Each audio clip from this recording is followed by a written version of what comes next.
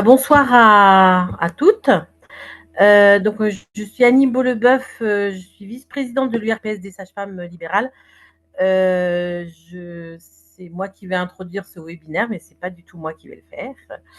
Je voulais vous resituer un petit peu le contexte de cette proposition de webinaire.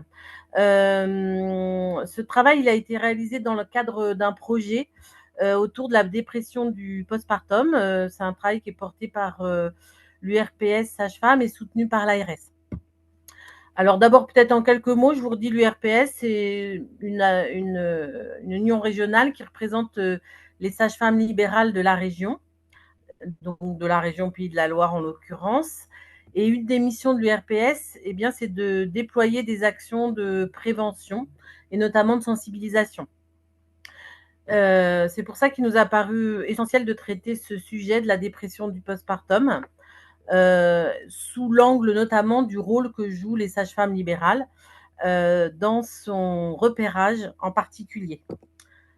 Voilà. Et donc, c'est dans ce contexte qu'on vous propose le webinaire. Alors, tout d'abord, au nom de l'URPS, je tenais à remercier tout d'abord le docteur Élise Riquin qui va ouvrir ce webinaire en nous présentant les informations générales sur le mécanisme de la dépression du postpartum et notamment les facteurs de risque et les signes. Et puis ensuite interviendra Madame Éléonore Bleuzen, qui est sage-femme et présidente du Conseil national du CNSF et qui nous présentera les préconisations de l'entretien prénatal précoce et le lien avec l'accompagnement de la dépression du postpartum. Et puis pour conclure, Madame Stéphanie Fosset qui nous présentera l'association Maman Blues. Entre chaque présentation, on prendra un petit temps de 5 minutes à peu près de réponse aux questions pour chaque intervenant. Et à la fin du webinaire, on aura un temps environ de 30 minutes pour des questions peut-être plus générales. Vous pourrez donc poser vos questions. On a pour les questions de cotation, il y a Laurence Platel qui est parmi les participantes et qui pourra nous éclairer peut-être parce que parfois il y a quand même un petit peu de complexité dans ces cotations. Voilà. Je répète, je l'ai déjà dit, mais je ne sais pas si tout le monde a entendu. Comme ce webinaire est indemnisé, c'est important que on puisse avoir votre nom et prénom complet sur votre fiche quand ça apparaît à l'écran pour que Anaïs puisse bien noter votre présence et que l'indemnisation puisse avoir lieu. Et puis, on vous enverra aussi un questionnaire de satisfaction. Et on est toujours très content quand vous pouvez le remplir. Et puis, ça nous permet, nous, de progresser aussi dans ce que vous souhaitez avoir comme proposition de la part de l'URPS. Voilà, écoutez, je vous souhaite un bon webinaire et puis je donne la parole au docteur Élise Riquin et que je remercie encore Merci une fois. beaucoup. Bonsoir à toutes et à tous. Je vais vous présenter un diaporama sur la dépression du postpartum, comme vous avez dit. Alors, je passe en diapo, vous voyez tous bien. Euh, Oui, alors, attendez, je voudrais juste parce que je pense que vous... Voilà.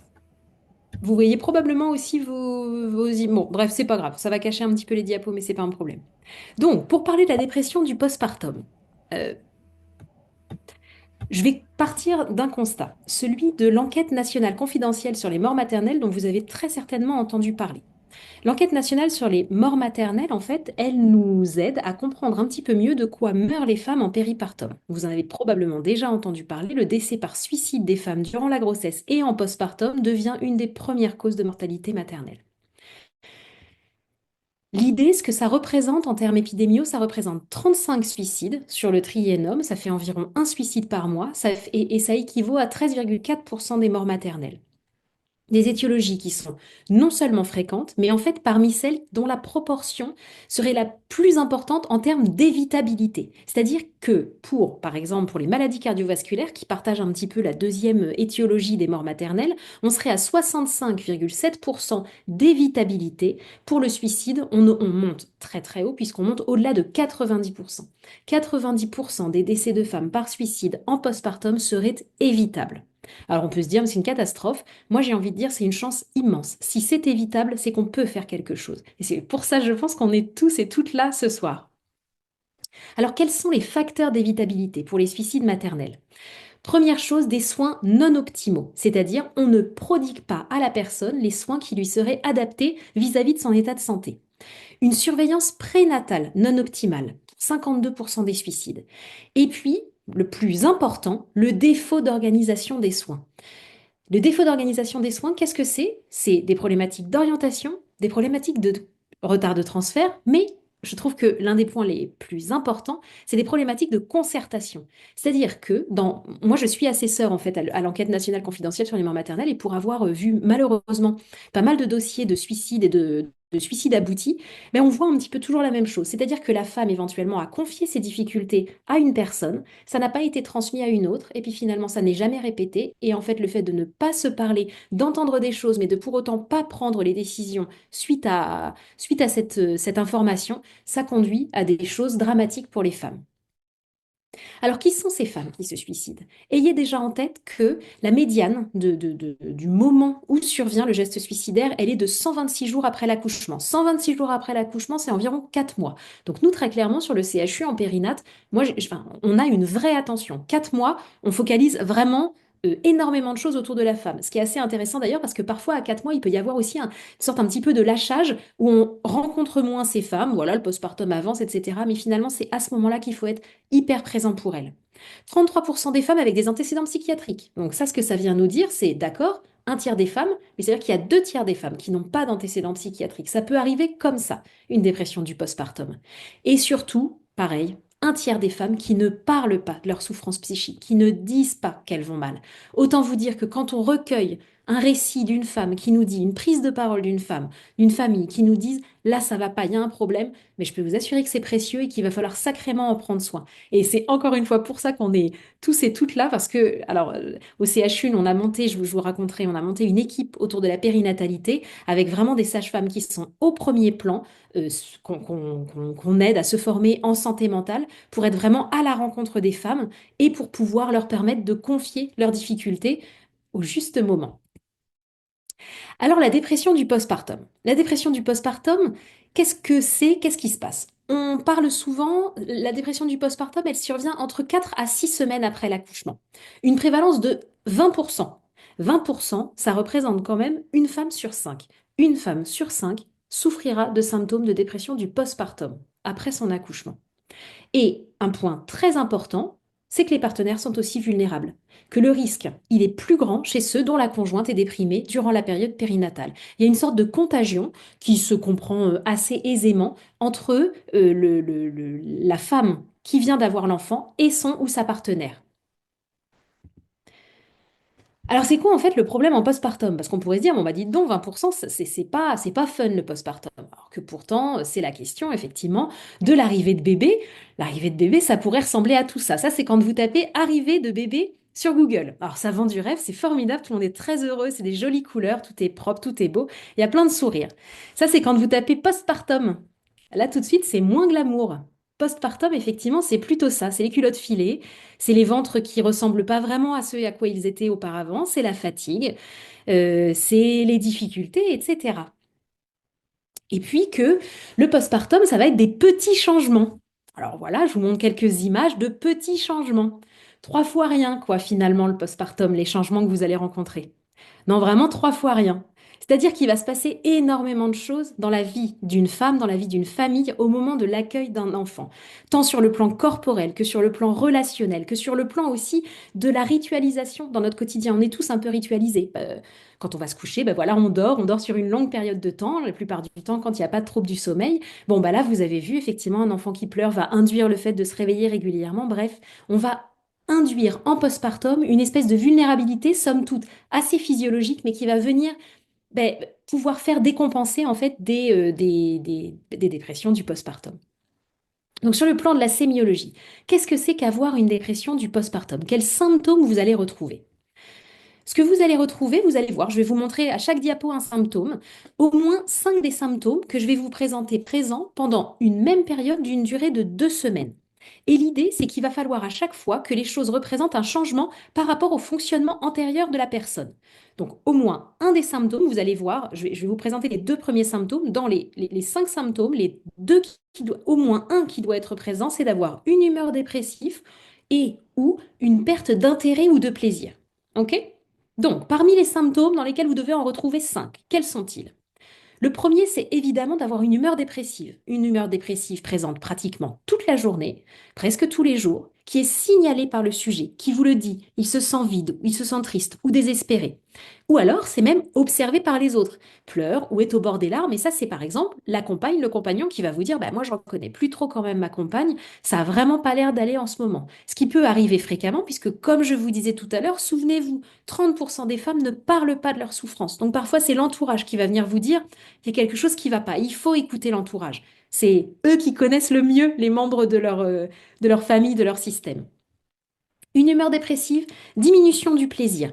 Dans presque toutes ou presque toutes les activités quotidiennes, pratiquement toute la journée et presque tous les jours. Donc ça, bah, les personnes souvent ont tendance à vraiment vous le dire assez facilement pour le coup. Il y avait des choses que j'aimais beaucoup faire, mais là clairement, j'arrive même plus à faire en fait ce qui me faisait plaisir auparavant. Ça peut être des travaux manuels, ça peut être de faire un petit peu de sport, d'avoir des activités agréables. Ça souvent, ça disparaît dans la dépression.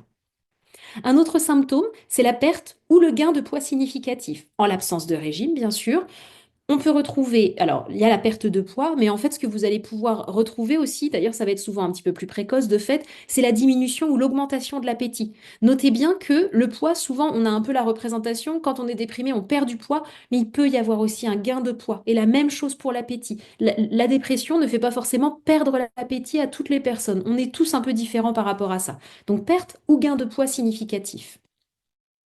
Insomnie ou hypersomnie. De la même manière, on a un petit peu on a un peu une idée préconçue. Oh, bah, quand on est déprimé, c'est on n'arrive plus à dormir, alors c'est très difficile, on se réveille tôt, etc. Oui, effectivement, mais vous avez aussi des personnes qui, dans un contexte d'altération de leur santé mentale, vont plutôt avoir tendance à se réfugier en quelque sorte dans le sommeil, en fait, à dormir énormément au cours de leur journée.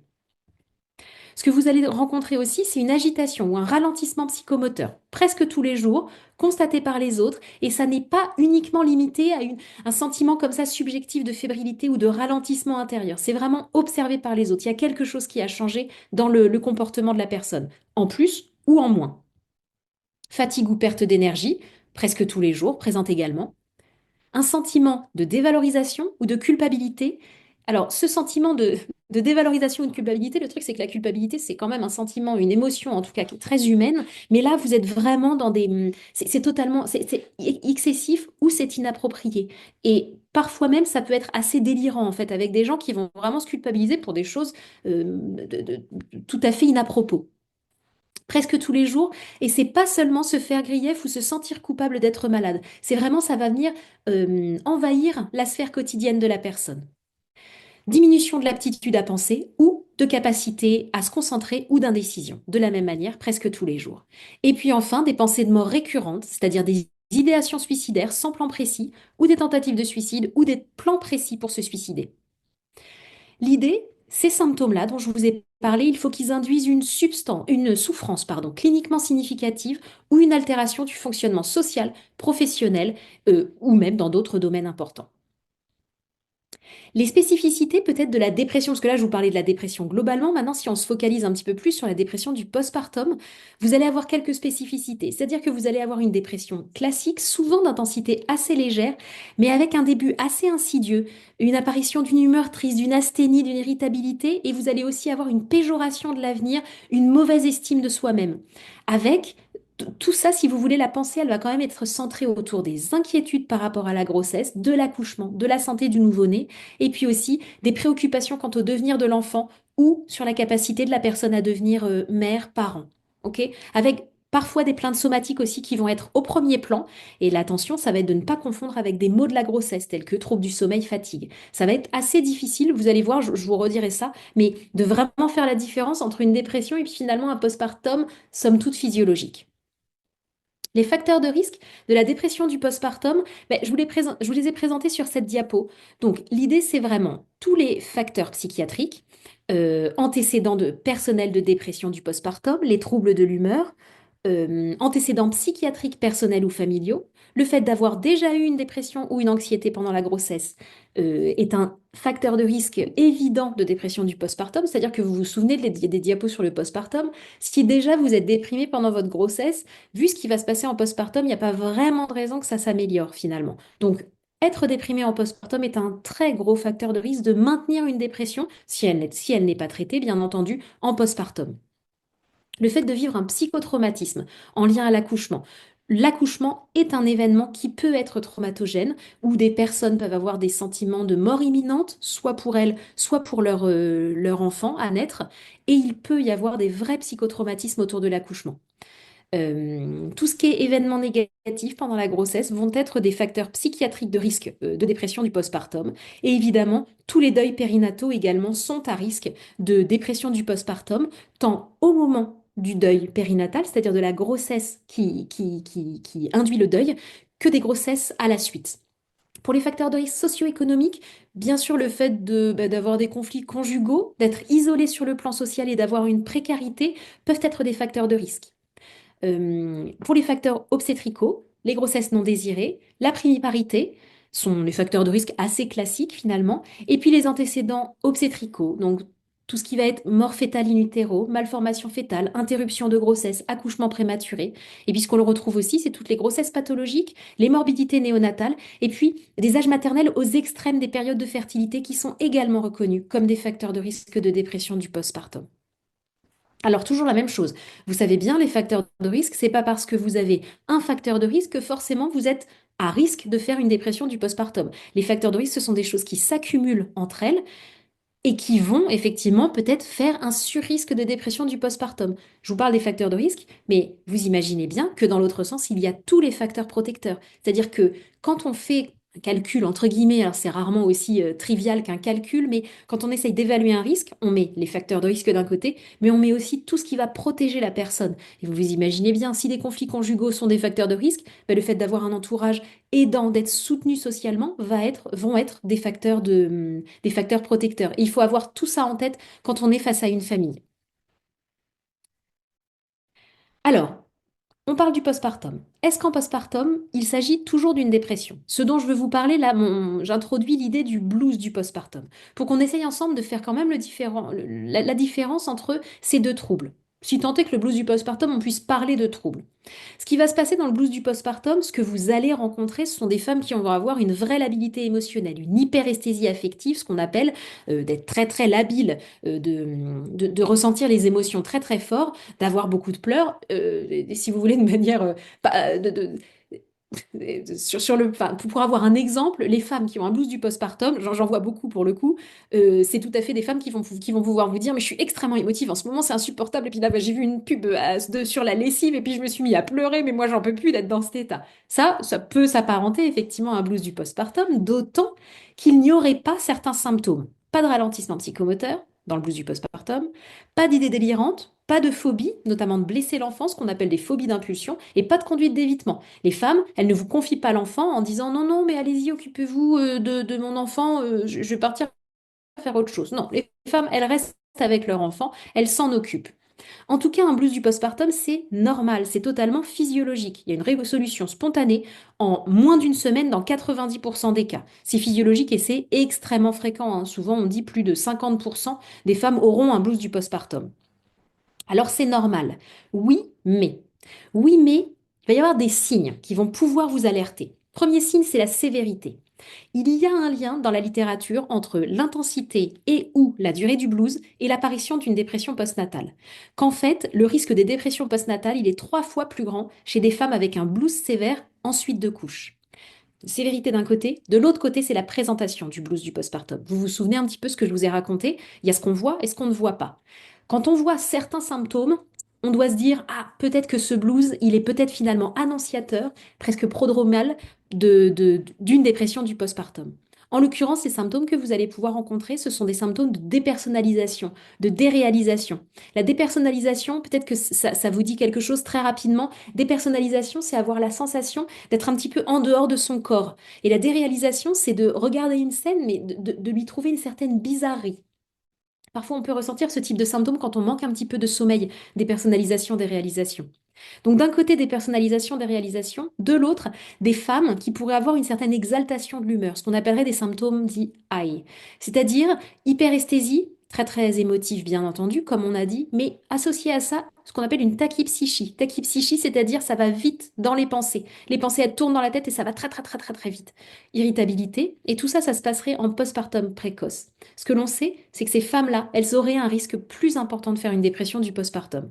Autant vous dire que c'est pas simple, puisque à la maternité, d'avoir des symptômes high, en gros d'être un peu motivé, très en forme, bien s'occuper de son enfant, c'est souvent des choses qui sont assez valorisées. Et pour le coup, quand je suis appelée à la maternité et qu'on me dit ah ben dis donc, elle a la pêche cette dame-là, elle s'occupe bien de son enfant, c'est vraiment super, j'ai toujours un petit doute en me disant ok, c'est peut-être super, mais on va peut-être aussi checker si elle n'est pas sur un blues du postpartum avec quelques symptômes légèrement atypiques qui devraient en tout cas, nous permettre d'avoir une attention plus particulière à cette femme. Alors, je vous l'ai dit tout à l'heure, c'est un diagnostic qui n'est pas si simple, parce que sur le papier, ça semble limpide. C'est pas si simple. Pourquoi c'est pas si simple? Parce que la culpabilité des femmes en postpartum et durant la grossesse, elle est extrêmement importante. C'est-à-dire, c'est cette fameuse phrase que je vous ai mis entre guillemets, j'ai tout pour être heureuse. La grossesse, la naissance d'un enfant sont socialement admis comme des choses positives. Pour autant, la dépression du postpartum, elle existe, la dépression durant la grossesse, elle existe, et il est possible d'être déprimé et d'aimer son enfant, ça n'a rien à voir, ça n'est pas la même question, mais que beaucoup de femmes en fait vont se retrouver à ne pas en parler, 30% n'en parlent pas, parce que en gros, ça se fait pas quoi. J'ai un enfant, il est en bonne santé, ce serait bien le comble que je sois malheureuse, qu'est-ce que je demande de plus? C'est pas cette question, mais néanmoins, ça peut venir couper la parole, faire qu'il y a peu de verbalisation autour de ces affects. Il peut y avoir aussi certains signes d'atypicité, et puis aussi et surtout, les symptômes dont je vous ai parlé, je vous montre sur cette diapo, sont hyper fréquents en postpartum. Être un peu triste en postpartum, être un peu anxieuse, irritable. Bah oui, effectivement. Avoir des troubles de la concentration et de la mémoire. Le nombre de femmes qui vous disent, j'ai oublié mes clés, mon chapeau, ma tête, je sais plus où j'habite. Bah oui, c'est le postpartum, effectivement. Au niveau somatique, d'être un peu fatigué, d'avoir des troubles du sommeil, bah oui, quand vous avez un tout petit qui vous réveille toutes les heures la nuit, oui, il y a moyen d'avoir du mal à se rendormir ou en tout cas d'être fatigué. Plein de somatiques diverses, bah oui, quand vous avez eu l'épisio, la césarienne, etc., oui, tout ça est douloureux. D'avoir vécu un accouchement est une expérience qui peut encore une fois être traumatisante. D'avoir des troubles de l'appétit, bah oui, vous êtes un petit peu perdu dans votre rythme. D'avoir une perte de la libido, oh, plutôt souvent. Au niveau psychologique, perte des intérêts, bah oui, on est très focalisé sur le petit être qui vient d'arriver. Se sentir découragé, ah oui, bien sûr, parfois, souvent. Sentiment d'incapacité et des inquiétudes centrées sur les soins à donner au nourrisson. Est-ce que je suis une bonne mère? Est-ce que je vais y arriver? Est-ce que mon enfant sera en bonne santé? Est-ce qu'il deviendra une personne heureuse dans sa vie? Tout ça sont des choses en fait qu'on rencontre extrêmement fréquemment. Donc faire la différence entre ce qui est d'un postpartum, somme toute physiologique, et une dépression du postpartum, il va falloir être fin et vraiment aller à la rencontre de la personne et lui poser les bonnes questions et tenter vraiment de découvrir ce qui se cache derrière tous ces symptômes-là. Pourquoi il faut être fin? Pourquoi il faut faire le diagnostic? Parce que les conséquences, elles vont être fâcheuses. Pour la mère, on l'a vu dès le début de notre diapo, pour la mère, c'est le suicide, la conséquence plus que fâcheuse. Et pour l'enfant, qu'est-ce qui va se passer pour un enfant? Il faut que vous ayez en tête qu'une personne avec une dépression, du postpartum en l'occurrence, aura une attitude qui pourra avoir des conséquences sur les interactions précoces avec son enfant. Par exemple, ce que la littérature, elle nous dit, c'est qu'il y a un impact sur la capacité maternelle à répondre aux stimulations de l'enfant, tant sur le plan comportemental qu'affectif. Des études nous disent que ce sont des mères qui sont décrites comme peut-être moins sensibles, c'est-à-dire moins attentives, moins réceptives aux signaux de leur enfant. Qu'une mère déprimée met en moyenne 2 fois plus de temps à répondre à une vocalisation de son bébé et avec des phrases souvent plus longues, alors que fréquemment avec les petits, en fait, il faut plutôt de la réactivité et finalement des réponses assez courtes, action-réaction. Et puis que, évidemment, elles ont plus de difficultés à s'engager dans l'interaction avec leur bébé. Vous imaginez bien, quand on est déprimé, bah oui, on est plutôt renfermé sur soi, on a peu de motivation, peu d'envie, mais là, il y a un tout petit qui est là et qui finalement va vivre les conséquences malheureuses de la dépression de sa mère, de son père, d'un membre de sa famille, d'un caregiver. Et dès lors, en fait, tout ça aura des conséquences pour l'enfant puisque les 1000 jours nous l'apprennent. Les 1000 jours, en fait, c'est vraiment la question donc de la conception jusqu'aux 2 ans de l'enfant et c'est une période clé du développement neurocognitif, psycho-affectif de l'enfant. Une période durant laquelle il faut vraiment que vous ayez en tête que les interactions avec l'environnement, elles vont être nécessaires au bon développement du cerveau. Pour avoir les cerveaux qu'on a aujourd'hui, ça c'est un petit peu ce que c'est toujours une métaphore que je fais pour avoir les cerveaux qu'on a aujourd'hui. Si vous voulez, imaginons que nos cerveaux d'adultes, plutôt finalisés, matures, qui fonctionnent plutôt pas trop mal, sont une maison. Ça, c'est la métaphore. Pour construire une maison, vous êtes d'accord que la première chose qu'il vous faut, ce sont des plans. Les plans, c'est votre génétique. C'est le G2D qui fait que, ben voilà, on ressemble à ce qu'on est, on a nos capacités cognitives, etc. C'est vraiment le plan de notre maison, le plan de notre cerveau. Vous êtes d'accord que pour construire une belle maison qui va résister aux intempéries, qui va être solide, qui va tenir dans le temps, il nous faut des fondations. Les fondations de votre cerveau sont vos interactions précoces. Ça vous donne un petit peu idée de l'importance des interactions précoces pour les tout petits et pour la constitution d'un cerveau fonctionnel et qui résistera au stress futur. Donc en gros, pour construire un bon cerveau, on a besoin de bonnes interactions précoces et on a besoin d'un environnement dans la meilleure santé possible. Donc on doit, nous, en tant que professionnels, être là pour ces familles, pour les aider à accueillir l'enfant et à lui permettre un neurodéveloppement le plus intéressant possible. Alors, je reviens quand même sur un point pour finir, parce que vous vous souvenez, 20% la prévalence. Ça fait une femme sur cinq. Mais comment ça se fait ça, une femme sur cinq? C'est absolument énorme. Alors moi, je voudrais vous parler un petit peu de la question du genre. Il faut que vous ayez en tête, en fait, qu'en 2021, la prévalence de la dépression, elle était de 16,6% chez les femmes contre 9,8% chez les hommes.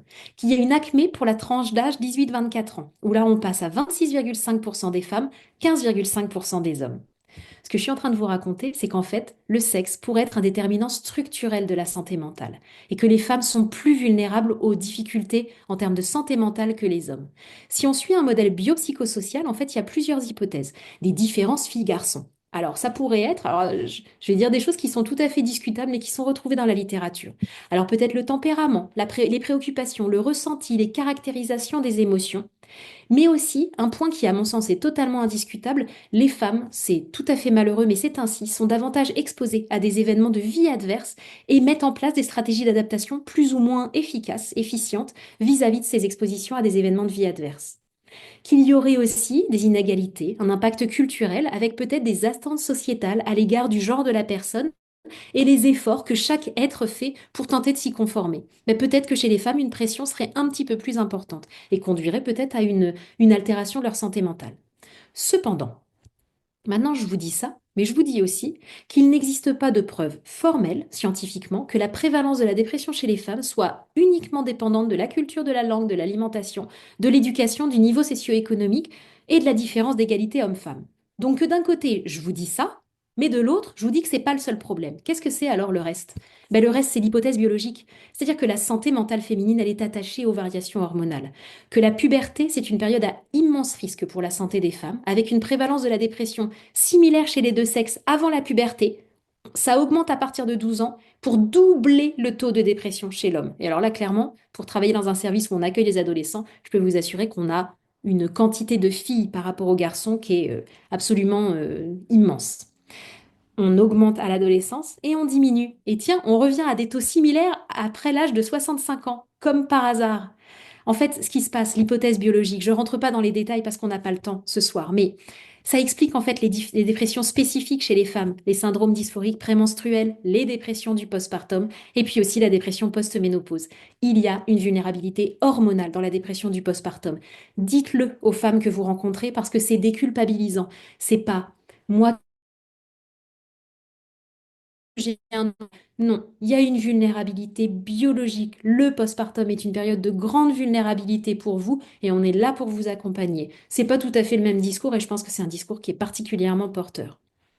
Et puis pour finir, pour vous présenter au CHU d'Angers ce qu'on a mis en place, étape, une équipe transversale d'accompagnement en psychiatrie périnatale avec de nombreux collègues. Et je vous en parle ce soir parce que ça me tient particulièrement à cœur. C'était un point très important pour moi. Moi, je suis psy. Moi, j'arrive avec tout mon bagage de psy. C'est-à-dire que d'emblée, moi, si vous voulez, il est presque un petit peu anormal de me rencontrer. Rencontrer une sage-femme quand on est enceinte, en postpartum, il n'y a rien de plus normal, il n'y a rien de plus formidable. Et donc, dans notre équipe, étape, on a décidé en fait de mettre les sages-femmes au premier plan pour rencontrer les femmes, sortir de la stigmatisation de la santé mentale. Nous, on est avec elles, on peut faire des consultations conjointes, on est en backup s'il y a besoin, on intervient.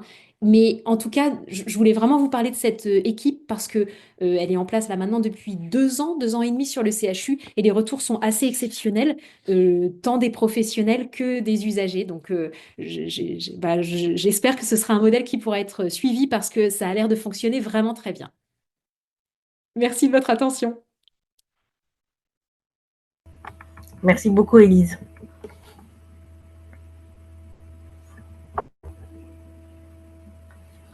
Si certaines, alors on a 5 minutes de questions.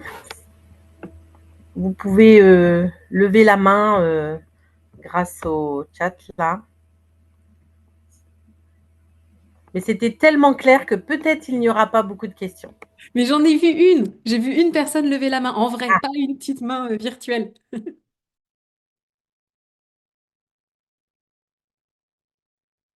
Oui, Marion. Allez-y, hein, on vous entend.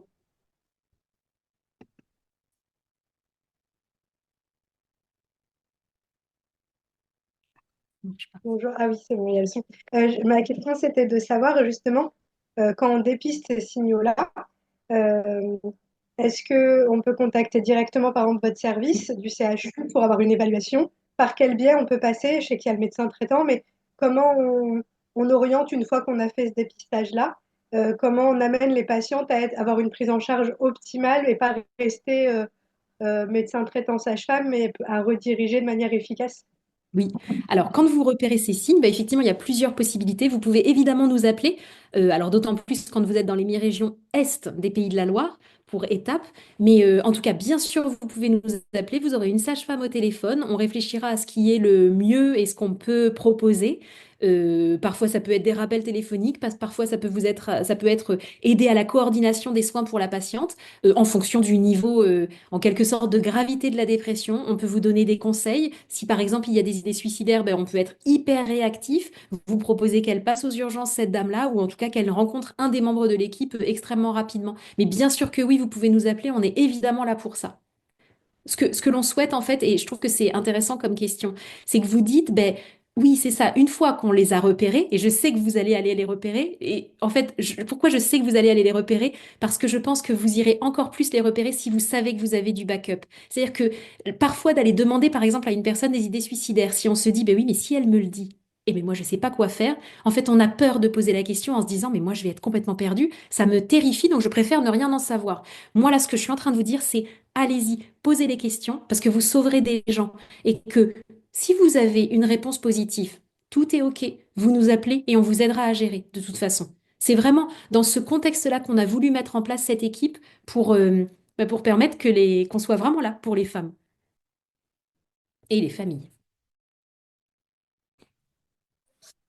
Et je vois une question. Est-ce que l'on peut organiser un rendez-vous pour le patient? Et ben, quand vous avez en fait les personnes au téléphone, après ça s'organise effectivement, soit un rendez-vous, soit on rappelle le médecin traitant. Enfin après c'est à la carte si vous voulez. Il n'y a pas vraiment de. Si vous appelez, vous avez un rendez-vous. C'est vraiment on voit en fonction. Généralement en fait on recueille tous les appels et il y a un staff hebdomadaire où on essaye de prendre en compte toutes les demandes et puis on se dit, bon, ok, pour cette personne, on peut faire ça, pour ce médecin, on peut faire ça, et on s'organise avec vous en fonction de la demande, du degré d'urgence, et puis de ce qui semble souhaitable pour la personne aussi.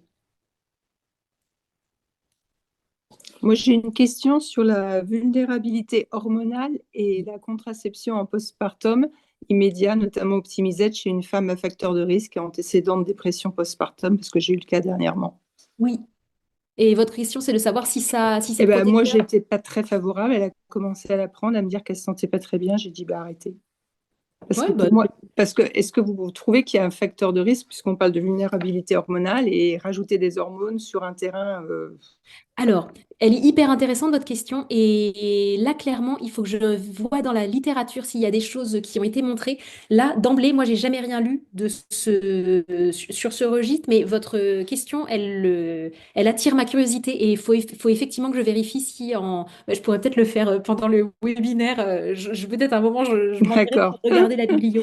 C'est une Non, question hyper intéressante. parce que les femmes, effectivement, parlent que certaines sont très sensibles aux hormones avec la pilule. Et quand on a Oui. des facteurs de risque, dont un antécédent de dépression post-partum, je me dis, est-ce que c'est vraiment conseillé ou pas du tout? Je dirais même contre-indiqué qu'elle en prenne une, quoi. Mais je trouve ça hyper intéressant. Là, d'emblée, moi, en tout cas, sur un bon sens clinique, au-delà de la littérature, j'aurais tendance à dire, si vous avez déjà pris une contraception œstroprogestative, quels ont été les effets secondaires? En l'occurrence, avez-vous déjà ressenti de la dépression, de l'anxiété en prenant ce type de pilule? Si oui, bah, effectivement, en postpartum immédiat, on peut peut-être essayer de trouver autre chose. Mais Mhm. je vais regarder la littérature. D'accord, merci. Mais je suis d'accord aussi avec je vois en même temps le chat, et je suis d'accord, la question de la balance bénéfice-risque d'une Ben oui, grossesse non souhaitée dans le contexte. Sauf que la contraception, il y a quand même plein de possibilités. On oui, n'est oui, pas mais forcément il obligé de faut partir assurer autre sur. chose à côté, on est Ah d'accord. ouais. Oui, j'avais vu effectivement, je vois sur le DIU, j'avais déjà vu ça effectivement, mais sur les pilules, je sais pas. À la fois, si c'est montré sur un DIU, j'imagine que ça doit être aussi sur les pilules. Mais je l'avais déjà vu effectivement, c'était la seule biblio que j'avais vue. Et s'il y a des équivalents étapes sur les autres secteurs des Pays de la Loire, alors, si vous pensez notamment euh, en Sarthe, il y a une bonne équipe de périnatalité. C'est pas étape, c'est-à-dire qu'ils fonctionnent pas comme ça avec un système de rappel, les sages-femmes, etc. Par contre, vous pouvez les joindre, ça c'est certain. Et puis sur Nantes, sur Nantes, il y a la périnatalité avec le home, mais qui n'ont pas exactement la même modalité de fonctionnement que étape. Finalement, étape, je pense que c'est assez novateur, en tout cas sur la région Pays de la Loire, quoi. Après, ce qui est certain, je me permets de poursuivre ma réflexion. Si vous vous retrouvez face à une situation urgente d'une femme qui a des idéations suicidaires, si vous appelez les urgences, qu'elles soient pédopsychiatriques ou les urgences adultes, je pense que vous aurez malgré tout un soutien et une personne au bout du fil qui quand même pourra vous conseiller et vous orienter vers la meilleure des démarches à suivre. Ce que je veux vous dire, c'est ne restez pas seul avec une femme qui confierait des idées suicidaires. J'ai envie de dire qu'il y aura forcément quelqu'un qui pourra vous répondre. Je l'espère vraiment. En tout cas, sur l'hémi-région Est, c'est une quasi-certitude. Enfin, c'est même une certitude, il y aura quelqu'un au bout du fil au CHU qui vous répondra. J'ai une question aussi. En dehors des cas évidemment d'idées suicidaires, où là, on va être réactive rapidement.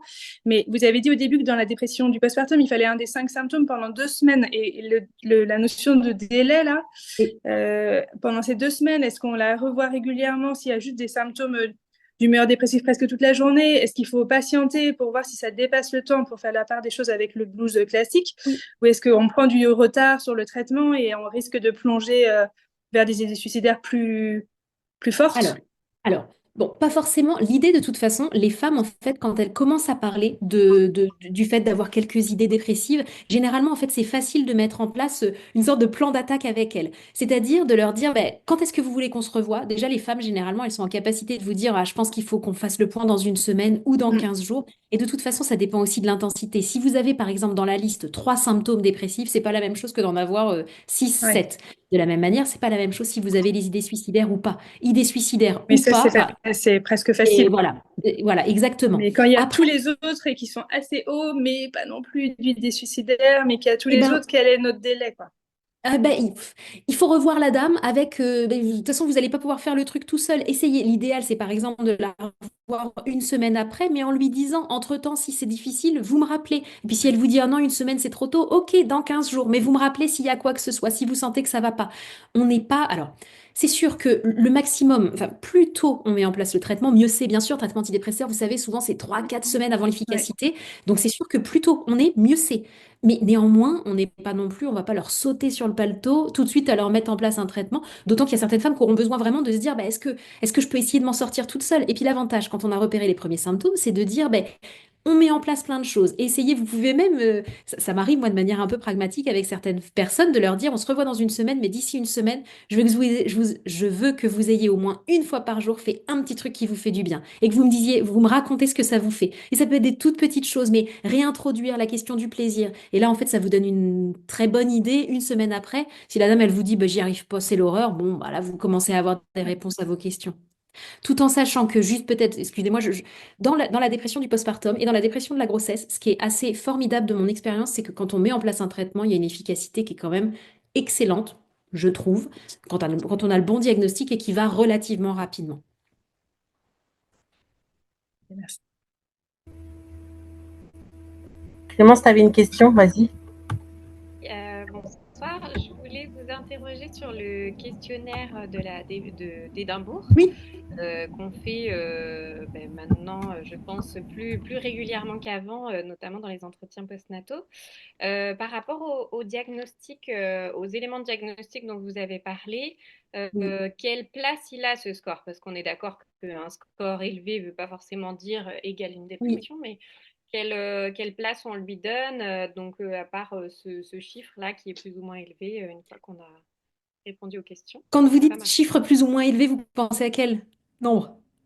Vous êtes sur quelle Moi, limite? j'avais C'est quoi vu le... 11 en fait, quand Ouais. c'est supérieur à 10, que c'est déjà un signal d'alerte. Et puis après, j'estime, je ne sais pas si c'est vrai, que plus le chiffre est haut et plus Bien c'est sûr. alarmant, Bien sûr. notamment si la question 10, là, sur les idées suicidaires, la Exactement. réponse Mais c'est exactement est ça. Nous, en beaucoup. fait, le PDS, on l'utilise pas mal et au contraire, c'est hyper aidant quand au téléphone, vous nous dites, ben voilà, il y a un score EPDS à temps. Nous, ça nous aide énormément. Avec un score supérieur à 10, 11, on ratisse très très large. C'est-à-dire qu'on va repérer vraiment largement des femmes qui ont des signes dépressifs modérés, on va dire. Mais à la fois, c'est intéressant parce que au moins, justement, on repère vraiment toutes les femmes et on leur apporte une aide, pas forcément médicamenteuse d'ailleurs, ça peut être un soutien en psychothérapie, mais on leur apporte vraiment l'aide. Ce qui est certain, c'est que vous avez raison, il faut le faire. Ça nous aide un petit peu à coter le degré de sévérité de la dépression. Et moi, ce que je considère, c'est OK, on peut partir sur le cut-off de 11. 11, c'est pas mal. Mais clairement, si vous avez la dernière réponse positive avec les idées suicidaires, bah, en fait, on s'en moque presque du score auparavant. Là, ça vient tout de suite allumer un gros gyrophare et il faut faire quelque chose. Vous voyez? Mais effectivement, j'en ai pas parlé, il a un très grand intérêt, évidemment. Il peut vous aider, quoi.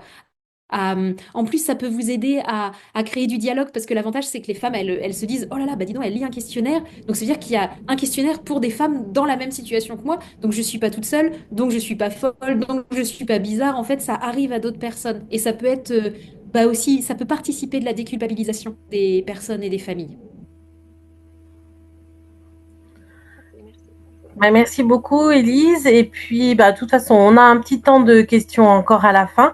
On va passer maintenant la parole à Éléonore. Merci.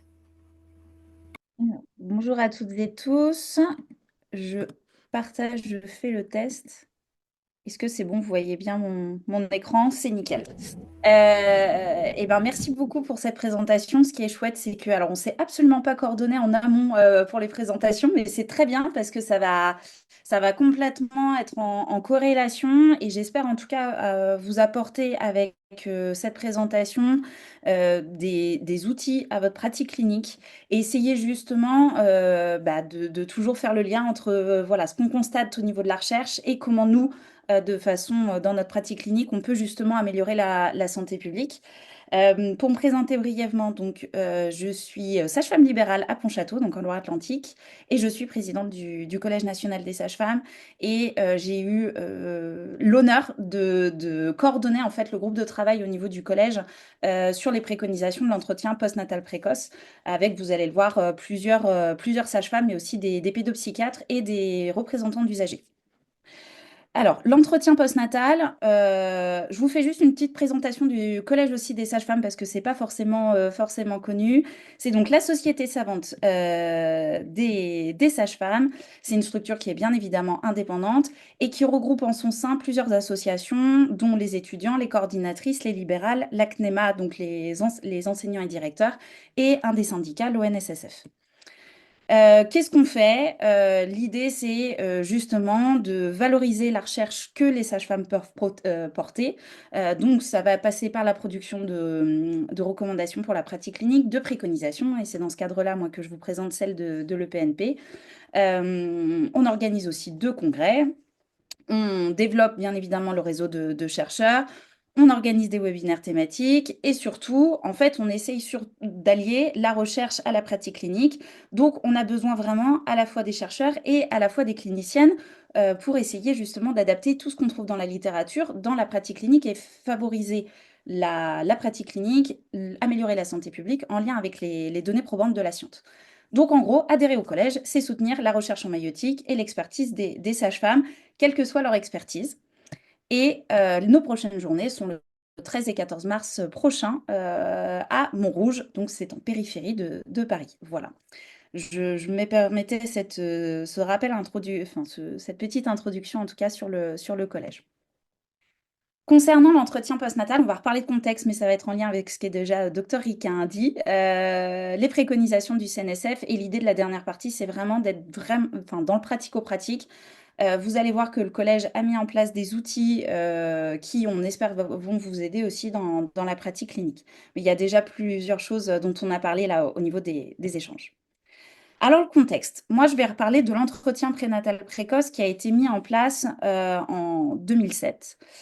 Faut savoir que cet entretien prénatal précoce, il est actuellement pas assez encore utilisé. 36,5% des femmes en 2021, selon l'enquête nationale de périnatalité, disaient avoir eu recours à un entretien prénatal précoce. Alors, peut-être qu'il y a un biais dans, elles l'ont peut-être eu, mais elles n'ont pas identifié ça comme l'entretien prénatal précoce, donc ce qui est aussi un défaut d'information. Mais ça montre quand même que il y a des outils qui sont en place, mais qui ne sont pas assez exploités au niveau du suivi de la grossesse. C'est pour ça que cette intervention de prévention est devenue obligatoire depuis 2020. Alors, on a toujours cette notion d'obligation. En réalité, qu'est-ce qui se passe pour la patiente qui refuse d'avoir un entretien prénatal précoce? Pas grand-chose. Par contre, pour les professionnels de santé, c'est important de l'avoir en tête parce que vous avez l'obligation de proposer cet entretien et de savoir s'il a été fait et de le notifier en tout cas dans votre dossier. Pourquoi est-ce qu'on parle de l'entretien prénatal précoce? Parce qu'on l'a dit déjà sur la présentation juste avant, mais on sait que, et la littérature aussi maintenant le dévoile, certainement qu'il y a des signes précurseurs de la dépression du postpartum qui vont se constater pendant la grossesse. Et donc cet entretien, c'est un temps d'échange privilégié pour peut-être justement mettre le point et mettre en évidence ces signes-là. Alors, il faut savoir que on a mis en place cet entretien en 2007, mais la formation officielle, enfin le cadre de formation officiel est sorti, je crois, en 2020 ou 2021. Donc, entre 2007 et 2020, en fait, on laissait un peu les professionnels faire comme ceci, avec des initiatives de formation, des choses comme ça, mais il n'y avait pas de cadre légal. C'est pour ça aussi qu'au niveau du collège, on a essayé de prendre un peu le taureau par les cornes en se disant, OK, l'entretien postnatal va être obligatoire à partir de juillet 2022. Et donc, c'est pour ça qu'on a essayé d'être réactif pour vous donner des outils justement pour utiliser cet entretien. Je reparle de l'enquête nationale confidentielle sur les maternelles, mais je ne vais pas m'étendre, puisqu'en fait, l'enquête en fait, sur la période 2013-2015 avait mis en évidence justement la période des suicides. Alors, il faut savoir que c'était sur cette première enquête en fait, où on allait au-delà des 42 jours du postpartum.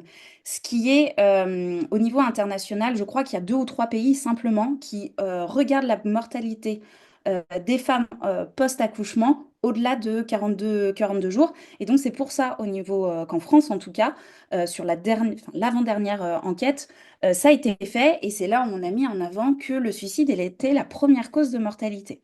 Et puis, sur la période 2016-2018, on a retrouvé aussi les mêmes chiffres, avec des suicides deuxième cause sur la période de 8 jours à 42 jours et première cause de mort maternelle de 43 jours à 1 an après l'accouchement. Et je ne reviendrai pas sur ce qu'a dit Dr Riquin juste avant, sur notamment le fait que c'était évitable. Dans le même contexte, on a les 1000 premiers jours de l'enfant qui ont été mis en place. Alors, je pense que c'est une très bonne initiative, en tout cas, que le gouvernement, enfin, que les gouvernements précédents a fait sur la mise en place des 1000 premiers jours et d'avoir justement cette priorité au niveau de la France. Donc, on vous rappelle que c'est vraiment de la grossesse aux 2 enfants. Parce qu'on sait que tout ce qui va intervenir à la fois pendant la grossesse et sur cette période de 2 ans va avoir un impact sur la santé de l'enfant. Donc on va avoir du concret bien évidemment sur l'alimentation, mais on sait justement que la santé mentale et les interactions dont on a parlé aussi juste avant vont avoir un impact très très important sur la santé de l'enfant. Au niveau du collège, on a publié en 2021 des recommandations sur les interventions en période périnatale. Ça veut dire quoi? Ça veut dire pendant la grossesse, c'est une période privilégiée, on le sait, pour que les femmes notamment et les familles plus globalement prennent soin d'elles, parce qu'elles sont beaucoup, beaucoup suivies, notamment pendant la grossesse, un petit peu moins postpartum, mais on va en rediscuter. Et c'est là où on peut justement aborder pas mal de messages de prévention. Bien évidemment liés à la grossesse, au développement de l'enfant, mais on peut aussi très bien aborder des choses comme l'activité physique, les addictions, etc. Et donc, au niveau du collège, on s'est dit, bah ouais, mais par contre, il y a beaucoup de choses à dire. Comment est-ce qu'on peut aider les sages-femmes, les professionnels de santé notamment, à hiérarchiser un petit peu toutes ces informations? Et c'est pour ça que vous trouverez sur ces recommandations, de la période préconceptionnelle jusque dans le postpartum, différents chapitres, différents axes en tout cas, différentes thématiques qu'on a essayé de hiérarchiser en fonction de la temporalité. Donc je vous invite vraiment à aller consulter ces recommandations. Elles sont très denses. La version longue fait 300 pages, je crois, mais après, il y a par thématique un chapitre qui est un petit peu plus court. Donc s'il y a une thématique en tout cas qui vous intéresse, je vous invite à aller la lire. Et puis nous, on a développé aussi des outils pratiques, alors pas malheureusement sur l'ensemble des chapitres, mais par exemple sur l'activité physique, on a fait des prospectus à destination des femmes pour l'activité physique pendant la grossesse, pendant le postpartum et à destination des femmes pratiquant une activité sportive de haut niveau. Dans ce contexte des RPC, on avait déjà mis en place aussi quel était le parcours idéal d'un couple ou d'une femme en tout cas qui est enceinte ou en projet de grossesse, et quels sont les moments justement où on a des temps d'échange privilégiés pour parler de prévention et justement de dépistage de facteurs de vulnérabilité. Et donc, vous le trouverez, ces temps d'échange qui sont matérialisés par les petits ronds bleu turquoise. Et on avait déjà parlé de l'entretien postnatal précoce qui a déjà été abordé hein, par la Haute Autorité de Santé, même avant 2022, qui à l'époque était plutôt préconisé vraiment sur les 15 premiers jours après l'accouchement. Et puis finalement, bah, la loi maintenant dit pas vraiment à partir de 4 semaines et non pas aussi précoce que ce qui a été envisagé par la suite. Alors oui, le PNP, il a été inscrit dans la loi. Donc pareil, pour éviter, on va dire, les erreurs du passé, tout de suite dans la loi, ça a été mis que c'était obligatoire. Donc je rappelle que, en fait, sous l'aspect obligatoire, c'est vraiment indispensable que les sages-femmes, et notamment celles qui organisent le suivi post-accouchement, proposent cet entretien, ou en tout cas évoquent le fait que cet entretien existe. Et pour objectif, il avait quand même de repérer les premiers signes de la dépression du postpartum. Alors, au niveau des recommandations, enfin des préconisations, on est allé un petit peu plus loin quand même par rapport à cet objectif simplement de repérage de la dépression du postpartum. En fait, pour nous, c'est plutôt le repérage de vulnérabilité, quelle qu'elle soit. Je vous rappelle qu'un premier entretien peut être proposé entre 4 et 8 semaines post-accouchement et un deuxième entretien peut être proposé entre 10 et 14 semaines. Donc il y a 2 entretiens qui sont possibles et il y a un accent qui est mis dans la loi sur les femmes notamment primipares. Tac. Donc, cet entretien est intégré. Là, pareil, je vous ai mis une capture d'écran d'une des frises qu'on a faites sur la fiche à destination des femmes sur l'entretien postnatal pour expliquer ce que c'était. Et donc, on voit bien que, alors, en haut, vous avez tous les temps d'échange. En bas, vous avez tout ce qui est le suivi médical. Et on voit bien apparaître cet entretien postnatal précoce le premier en tout cas, et un deuxième possible. Et vous avez aussi un parcours, enfin une courbe, une frise qui a été faite par l'Association des sages-femmes libérales et des coordinatrices sur le parcours ville-hôpital, qui est un peu plus complète parce que notamment on a la référence aux professionnels qui peuvent faire tel ou tel acte. Alors les préconisations. Ah, il y a quelqu'un qui, je crois, bon, c'est pas grave, ça fait un petit peu de... Ah voilà, très bien. Les préconisations, je rappelle juste la méthodologie. Donc, c'est un accord d'experts. Donc, j'ai eu la chance, comme je vous l'ai dit, de coordonner ce groupe de travail. Donc, on a eu plusieurs sages-femmes intéressées par la thématique, en tout cas, ou expertes dans la thématique, qui se sont regroupées. Et puis, on a eu donc 2 pédopsychiatres qui sont Romain Dugravier et Madame Molena. Et on a eu aussi Anne Évrard et Élise Marsande qui représentaient toutes deux des associations d'usagères qui sont Le Cian et Maman Blues. Notre cadre de réflexion, c'est quoi? C'est qu'on est parti de la législation, on est parti sur le parcours de soins et on a vraiment essayé de faire un miroir de l'entretien prénatal précoce parce que vous allez voir, une des premières préconisations qu'on a faites, c'est que idéalement, il faudrait que l'entretien postnatal précoce soit fait par la personne, le professionnel de santé qui a fait l'entretien prénatal pour vraiment qu'il y ait du lien et qu'il y ait un suivi. Toujours dans cette notion de continuité entre l'anténatal et le postnatal. Je rappelle un truc aussi, c'est qu'au niveau d'une des préconisations, on vous recommande de ne pas faire d'entretien si vous ne sentez pas outillé, et notamment on a parlé de défaut d'organisation des soins dans l'évitabilité des suicides et des morts maternelles d'une manière générale. Et donc si vous n'avez pas le réseau derrière, si vous sentez que vous allez devoir gérer ça toute seule, on vous invite plutôt à ne pas faire d'entretien postnatal plutôt que de mettre potentiellement en danger des femmes ou en tout cas ne pas avoir de ressources malheureusement pour les adresser. Ces préconisations sont disponibles sur le site, donc vous pourrez les retrouver. Alors, qu'est-ce qu'on dit? C'est obligatoire de le proposer, j'y reviens pas. À réaliser dès la 4e semaine. Pourquoi? Puisqu'on a vu que les premiers signes de dépression du postpartum apparaissaient justement aux alentours de 1 mois. Pour qui, bien évidemment, la femme, mais on préconise plus la présence du coparent et de l'enfant lors de cet entretien. À la fois parce qu'on a dit qu'on pouvait aussi, pourquoi pas, dépister des difficultés parentales au niveau du coparent, et la présence de l'enfant est aussi indispensable pour voir notamment les interactions. Alors bien évidemment, ça sera à un moment T pendant 45 minutes. Vous allez pas être, vous allez peut-être pas voilà, pouvoir tout dépister, mais le fait quand même d'avoir 45 minutes, le couple ou les parents en tout cas avec l'enfant, va vous permettre peut-être de dépister certaines choses au niveau de la relation qu'ils peuvent avoir. Et puis par qui? Sage-femme ou médecin, comme je vous l'ai dit, apte à explorer l'environnement et à étayer si besoin les contextes. Et puis, idéalement, qui connaît déjà le couple en anténatal.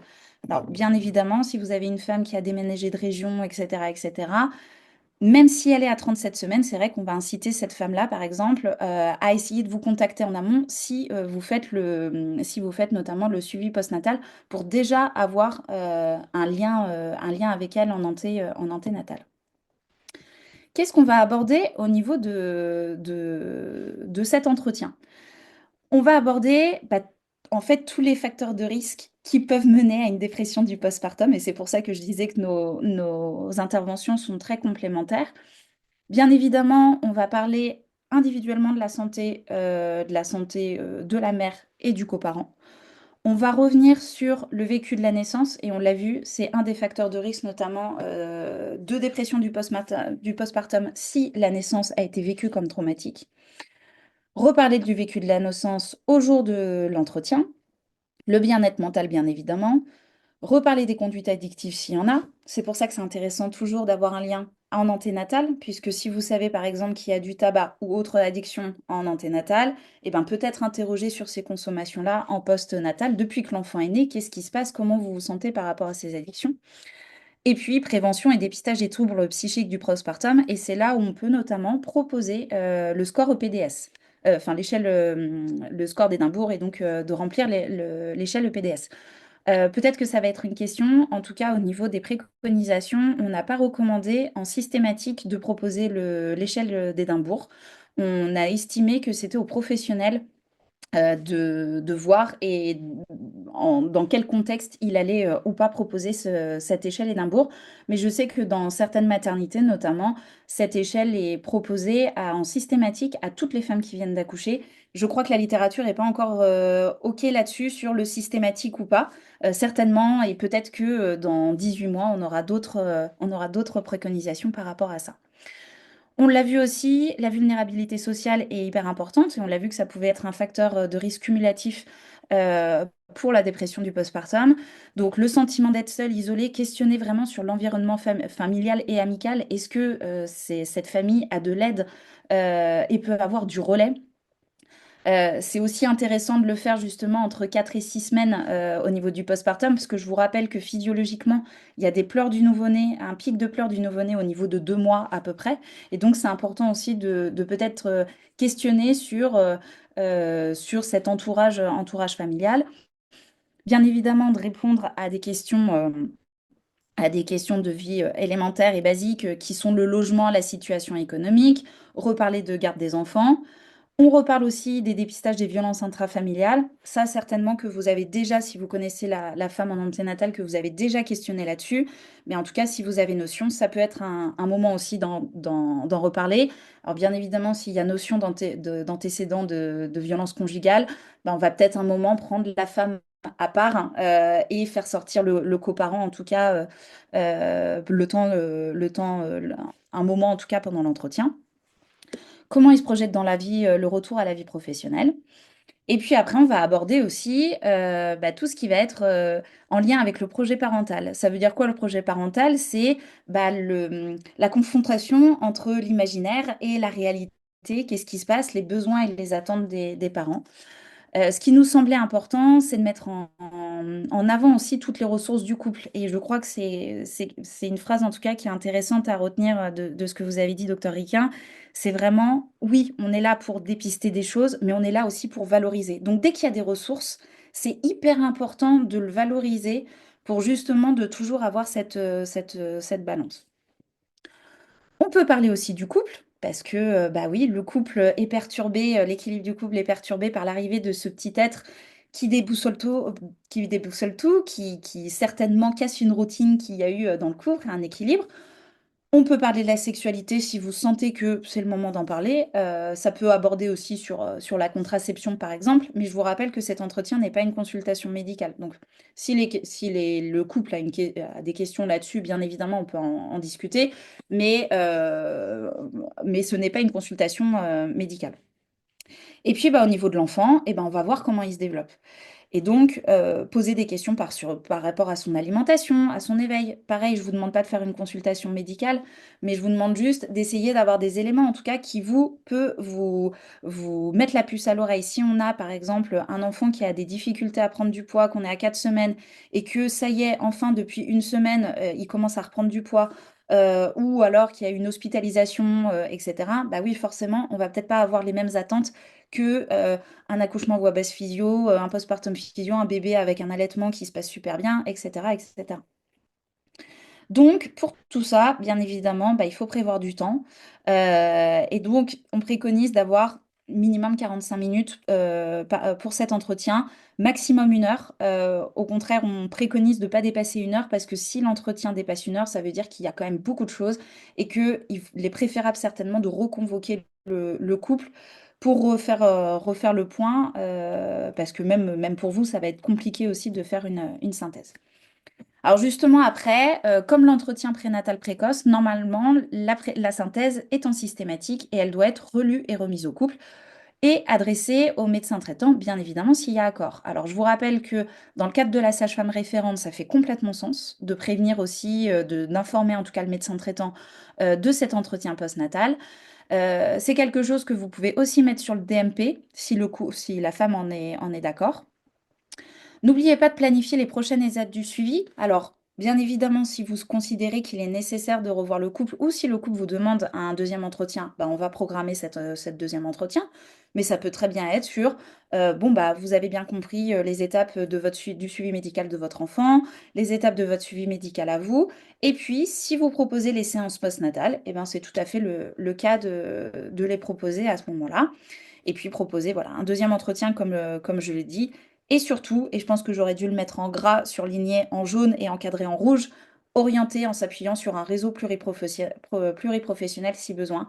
Et là, je vous invite vraiment à être en lien avec le réseau Périnat des Pays de la Loire, qui recense en tout cas toutes les ressources qu'on peut avoir, notamment d'un point de vue psychosocial. Alors, pour celles qui sont plutôt du côté de Angers, Mayenne et Sarthe, vous avez de la chance d'avoir l'équipe étape juste à proximité. Et ça, c'est vraiment une réelle chance pour votre pratique clinique. On en a parlé, les situations particulières, c'est que s'il y a un risque suicidaire, que ce soit la femme qui vous émette effectivement qui vous dit qu'elle a des idées suicidaires, ou alors que elle l'a notifié en tout cas sur son échelle d'Édimbourg, c'est adresser la femme aux urgences psychiatriques ou générales les plus proches, et c'est une urgence. S'il y a un contexte de violence, maltraitance, eh ben c'est la CRIP. En tout cas, on vous rappelle que toutes ces étapes, toutes les orientations, éventuellement le refus de participer à l'EPNP, doivent être tracées et transmises aux professionnels impliqués dans le suivi avec l'accord des parents, médecins traitants, pédiatres, etc., etc. Et s'il y a un psychiatre, par exemple, qui est déjà mis en place parce que la femme est suivie par un psychiatre pour X raisons, eh ben, je pense que c'est notamment une personne qu'il faut aussi aviser de cet entretien et des suites de l'entretien. Alors, pour vous aider, parce que là, on était sur un truc très théorique, oui, je rappelais les cotations parce qu'on m'a demandé de faire une slide sur les cotations. Alors, je vous rappelle que le collège n'est pas du tout syndicat, donc nous ne négocions pas avec la CNAM. Peut-être qu'il y aura d'autres personnes qui voudront revenir sur certains points, et notamment, on a eu des échanges avec des représentantes de l'URPS sur à partir de quand on peut coter le PNP. En tout cas, je vous rappelle que vous pouvez faire cet entretien soit au cabinet, soit à domicile, que c'est deux cotations différentes, que ces cotations vont être revalorisées en janvier 2025, ça faisait partie de l'avenant 7, qu'il n'y a aucune majoration possible, mais par contre, il y a un cumul en NGAP possible avec tous les actes en SF ou SP. Pas de cumul non plus en acte CCAM. Et si vous le faites à domicile, bien évidemment, vous avez les frais de kilométrie qui sont autorisés, ainsi que le MD. Attention, c'est un taux de remboursement à 70%. Cet entretien ne fait pas partie des actes du forfait maternité. On y travaille, ça fait depuis la mise en place de l'acte, donc c'est-à-dire septembre 2022, qu'on fait remonter, que ça soit au niveau du syndicat, que ça soit au niveau de l'ordre, que ça soit au niveau du collège, que c'est complètement incohérent que cet acte ne fasse pas partie du forfait maternité, mais pour l'instant, il est toujours à un taux de remboursement de 70%. Et il était réalisé entre la 4e, 8e semaine du postpartum. Alors, c'est là où on avait la discussion, mais on reprendra peut-être les échanges. Qu'est-ce que ça veut dire 4e semaine? Est-ce que c'est à partir de J28 ou dans la 4e semaine, et donc ça veut dire à partir de J21? Peut-être que là, il y a des sages-femmes qui ont des réponses. 8e semaine du postpartum, et pour le deuxième entretien, entre la 10e et la 14e semaine du postpartum. Et je vous invite à bien vérifier vos dates, parce que vous savez que parfois la Sécu est un petit peu pointilleuse sur un jour près. Donc attention à vos dates. Et je vous invite aussi, d'un point de vue pratique, à programmer en fait l'entretien postnatal précoce lors des visites à domicile post-accouchement que vous faites. Comme ça, au moins, bah, c'est acté. C'est mis et en plus vous avez en général le coparent qui est là sur les visites à domicile, et donc ça permet aussi de voir en fonction de ses disponibilités. On a donc, au niveau du collège, fait ces préconisations. On vous a fourni aussi un guide pratique pour l'entretien postnatal, pour mener un entretien postnatal. Qu'est-ce que vous alliez retrouver dedans? Beaucoup de choses, dont une grille d'entretien. L'idée, c'était de vous donner donc des items peut-être pour y penser, et des exemples de questions à poser. Parce que parfois, ce qui est compliqué quand on n'a pas forcément mené d'entretien, c'est de savoir quelles questions je vais poser. Ce qui est important, c'est d'éviter de poser des questions fermées, enfin, où la réponse peut être oui ou non, mais plutôt de poser des questions ouvertes. Et si vous ne vous sentez pas forcément apte à mener un entretien, je vous invite fortement à vous former à mener un entretien d'une manière générale, que ce soit un prénatal ou un postnatal, pour justement savoir comment est-ce qu'on peut faire. Donc, vous avez cette grille qui est à destination dans ce guide. Vous avez aussi une annexe en annexe. Alors, ce n'est pas exhaustif. C'est l'orientation possible en fonction de la vulnérabilité dépistée. Que ça soit d'un point de vue médical, donc professionnel ressources, mais que ça soit d'un point de vue vulnérabilité sociale, vulnérabilité psychologique, soutien parentalité, violence intrafamiliale, des idées, en tout cas, d'organismes qui existent, c'est que quand on fait face à une vulnérabilité, quelle qu'elle soit, on ne reste pas seul et on fait appel à son réseau. Et je pense qu'en tant que sage-femme libérale, de toute façon, vous le savez, on ne peut pas travailler sans réseau et on ne peut pas travailler seul. Et puis pareil, on vous a mis en annexe, puisque là vous avez peut-être des noms qui vous disent peut-être pas grand-chose. On a essayé de vous exposer, de vous expliciter certains dispositifs qui sont mis en place au niveau national. Parfois, ils sont déclinés au niveau régional sous un autre nom. Donc là, c'est pareil, je vous invite, voire même départemental. Donc je vous invite vraiment à faire des recherches pour en fait savoir de quoi on parle. Ça, c'est des choses qu'on n'a pas forcément dans notre formation initiale et qu'on acquiert plutôt après dans la formation continue quand on est professionnel de santé.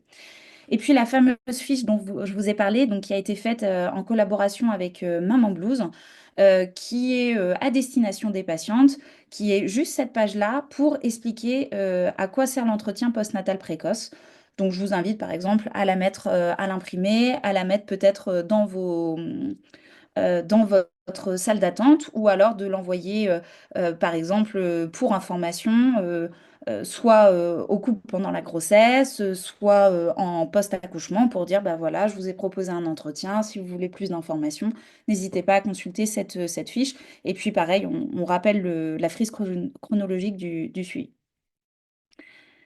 Les ressources complémentaires. Il y a des recos HS qui sont sortis en janvier 2024 qui sont hyper parce que ça change aussi la vision un peu qu'on a du suivi de la grossesse qui n'est plus centré sur le suivi médical, mais sur l'accompagnement médico-psychosocial, ce qu'on sait faire, nous, beaucoup les sages-femmes en tout cas. Alors, ce sont des grosses recommandations sur l'accompagnement médico-psychosocial des femmes en situation de vulnérabilité pendant la grossesse et en postnatal. Par contre, je vous invite vraiment à les lire. Pareil, il y a des résumés sur certains chapitres. Je ne sais pas si vous connaissez aussi le dispositif MonPsy, parce que là, on a parlé notamment de traitement médicamenteux, mais peut-être qu'avant l'étape de passer avant le médicament, et on le sait bien, toutes les dépressions ne vont pas être réglées par traitement médicamenteux, c'est d'avoir quand même cette ressource facile à MonPsy. Donc, je vous rappelle que la Sécurité sociale rembourse 12 séances par an par personne chez un psychologue qui doit être conventionné. Et vous avez un annuaire des psychologues conventionnés. Alors, certains ont fait l'effort, entre guillemets, de référencer un peu s'ils sont plutôt sur telle thématique ou telle thématique, et notamment parentalité, grossesse, etc. D'autres, pas du tout. Donc, après aussi, à vous peut-être de contacter certains psychologues de votre secteur pour savoir si justement ils sont susceptibles d'accompagner des femmes en post-accouchement, enfin des femmes et des coparents en post-accouchement. Mais il me semblait nécessaire en tout cas de le rappeler ici. Et puis, si vous voulez aller plus loin, de la bibliographie que je vous ai mise aussi sur ce PowerPoint, si vous voulez relire lire la littérature par rapport à ça. Je vous remercie pour votre attention. Et puis, j'espère après qu'on se reverra peut-être aux journées du collège ou alors à d'autres moments que le collège, d'autres activités que le collège organise. Merci beaucoup, Éléonore. On peut se prendre 2-3 petites minutes, pas plus, pour te poser des questions. et on pourra en reposer à la fin du webinaire aussi.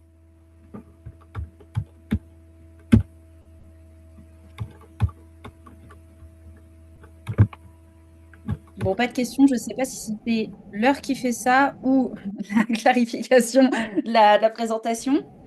Non, c'est que c'était clair. Je pense que Je vais vous mettre dans le lien, si vous voulez, pour celles qui veulent tout de suite avoir accès au guide pratique qu'on a fait sur le PNP. Je vais vous mettre en lien dans le chat, comme ça vous pourrez l'avoir.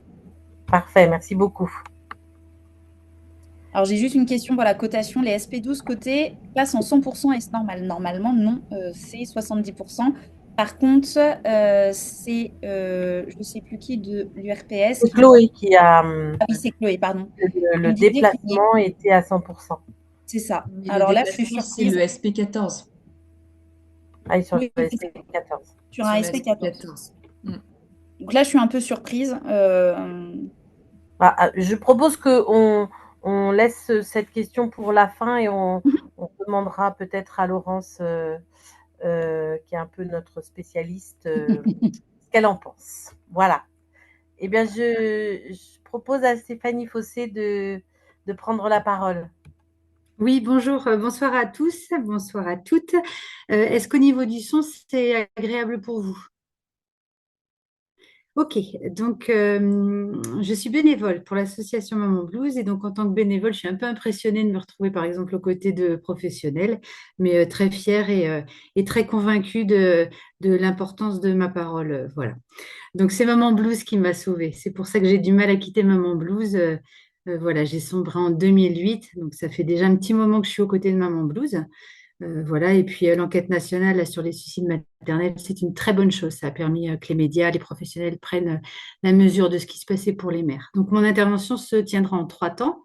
La présentation de l'association au niveau national, un deuxième temps sur la présentation de l'association au niveau départemental et enfin peut-être un focus sur les mamans qui prennent contact avec le relais départemental de la Mayenne, puisque je suis bénévole sur le département du 53.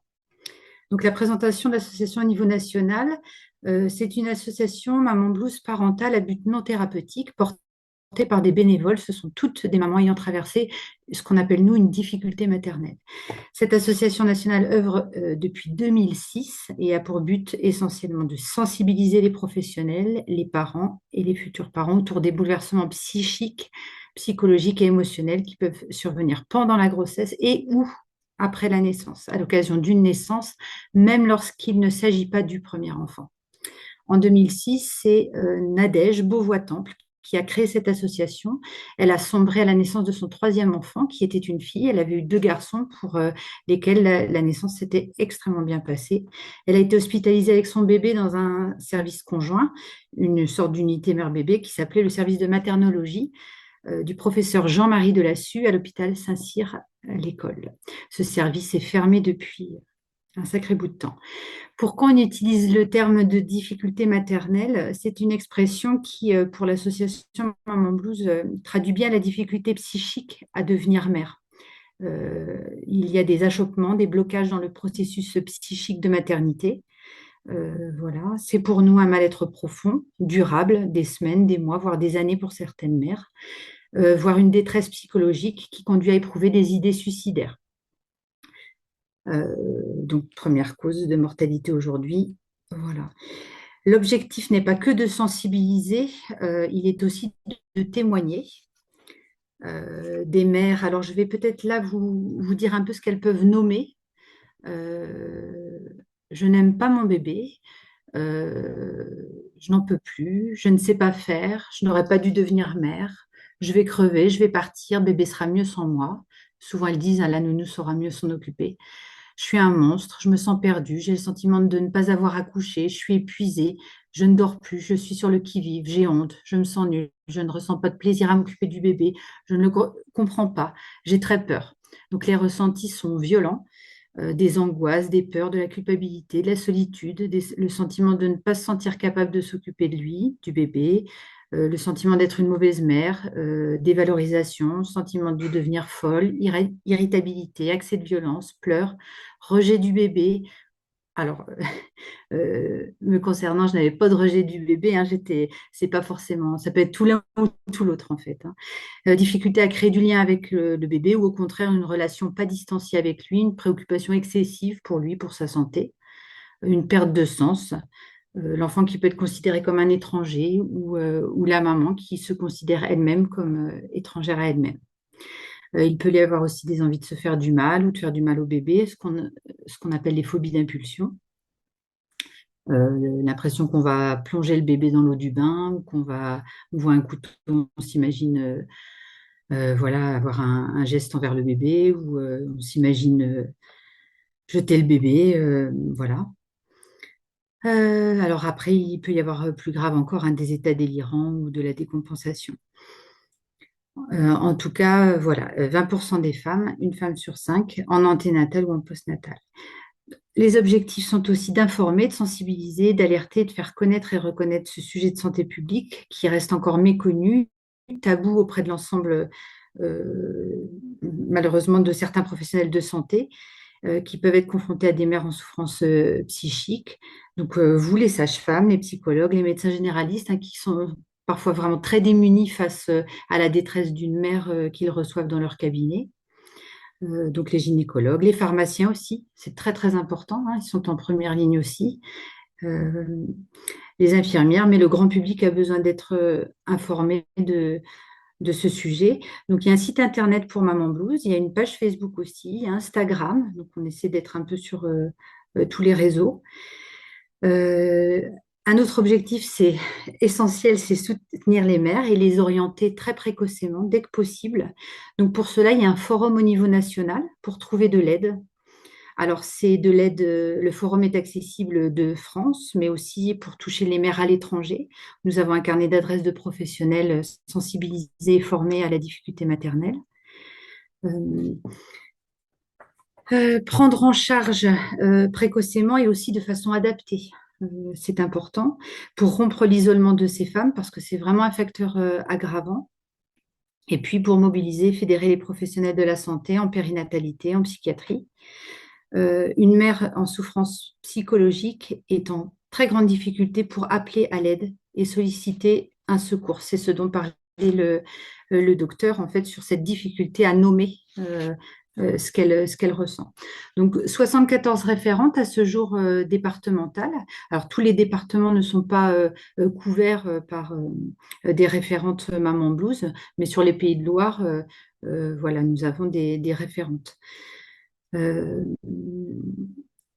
Les mères peuvent avoir besoin d'un suivi psychologique, de traitements médicamenteux ou, dans les cas les plus complexes, d'une hospitalisation conjointe en une unité mère-bébé. Donc, sur les Pays de Loire, vous avez le Home à Nantes. Voilà, et sinon, il y a du côté d'Amboise, du Val-de-Loire, le service Hope, mais voilà, c'est pas partout les possibilités pour la maman de ne pas être séparée de son bébé en hospitalisation. Donc, hospitalisation de jour ou à temps plein. Voilà, donc je vais passer à la présentation de l'association au niveau départemental sur la Mayenne. Peut-être rapidement mon histoire, ça peut, pourquoi pas, c'est témoigner, ça fait partie des objectifs. Alors, chaque histoire de maman qui vit une difficulté maternelle est singulière. Voilà. Donc, mon effondrement a eu lieu après la naissance de mon deuxième enfant. J'avais perdu un premier bébé in utero. Donc, cette nouvelle grossesse, évidemment, je l'appréhendais. Mais dès la première grossesse, je me posais toutefois beaucoup de questions. J'étais inquiète. Je sentais que l'arrivée d'un bébé allait possiblement être problématique. Quand ma fille est née, j'ai sombré peu à peu dans la dépression. Je me sentais inutile, bonne à rien. Malgré cette difficulté, j'ai réussi à créer le lien avec mon bébé. Il était allaité, recevait beaucoup d'amour, mais ce lien n'était pas serein. Je ne savais pas comment réagir face aux pleurs. Dans ces moments-là, je perdais complètement pied, je m'emportais facilement et ensuite je culpabilisais. Une infirmière puéricultrice de PMI m'a rendu visite pour savoir comment ça se passait. J'étais au fond du gouffre, mais elle n'a rien vu. Je n'ai rien pu lui dire. Je cachais ce désespoir par honte. Les mots étaient prisonniers dans une cage en verre. Qui aurait pu s'en douter? J'avais tout pour être heureuse, un mari qui s'impliquait, des bonnes conditions de vie. Et résultat, je me suis repliée sur moi-même semaine après semaine. Je pensais que j'étais folle, pas normale, je focalisais sur ces pulsions de violence et je pensais qu'on allait me retirer mon enfant. J'étais terrassée par le chagrin. À quel moment ai-je décidé de réagir? Quand j'ai commencé à avoir des gestes brusques envers mon enfant, quand j'ai eu peur de la violenter. J'ai cherché sur Internet de l'aide, je suis tombée sur le site Maman Blues par hasard. Je me souviens très bien, je me suis inscrite sur le forum et j'ai ouvert un sujet, hystérie et crise de nerfs. J'ai commencé à discuter avec des mères qui comprenaient ce que je traversais et sur leurs conseils, je suis allée voir un psychologue dans un CMP. Toutes les semaines, je voyais cette personne pendant une demi-heure. À l'époque, la souffrance était telle que je pensais au suicide et que je voulais être hospitalisée avec mon bébé pour qu'on me guide. Grâce au suivi psychologique, beaucoup de choses enfouies sont remontées à la surface. J'ai découvert que ma mère avait elle aussi eu une difficulté maternelle après ma naissance. Ce qui m'était arrivé n'était pas anodin. En revenant sur mon histoire familiale, j'ai compris pourquoi j'avais basculé. Cette période est marquée par la perte d'identité. Oui, donc à ce moment-là, je ne savais plus qui j'étais vraiment.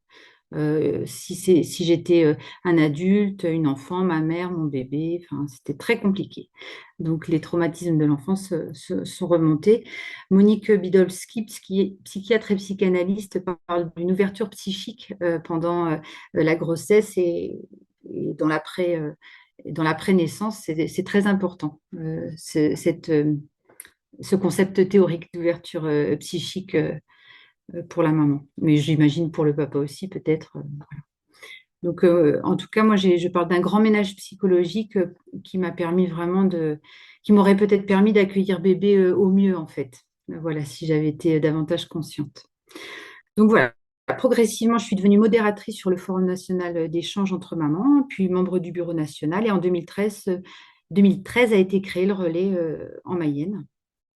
Donc, ce qui a pu me marquer, c'est le manque d'information auprès des parents, une colère peut-être de ne pas avoir été informée que devenir mère n'était pas qu'un processus physiologique, mais que c'était aussi un processus psychologique.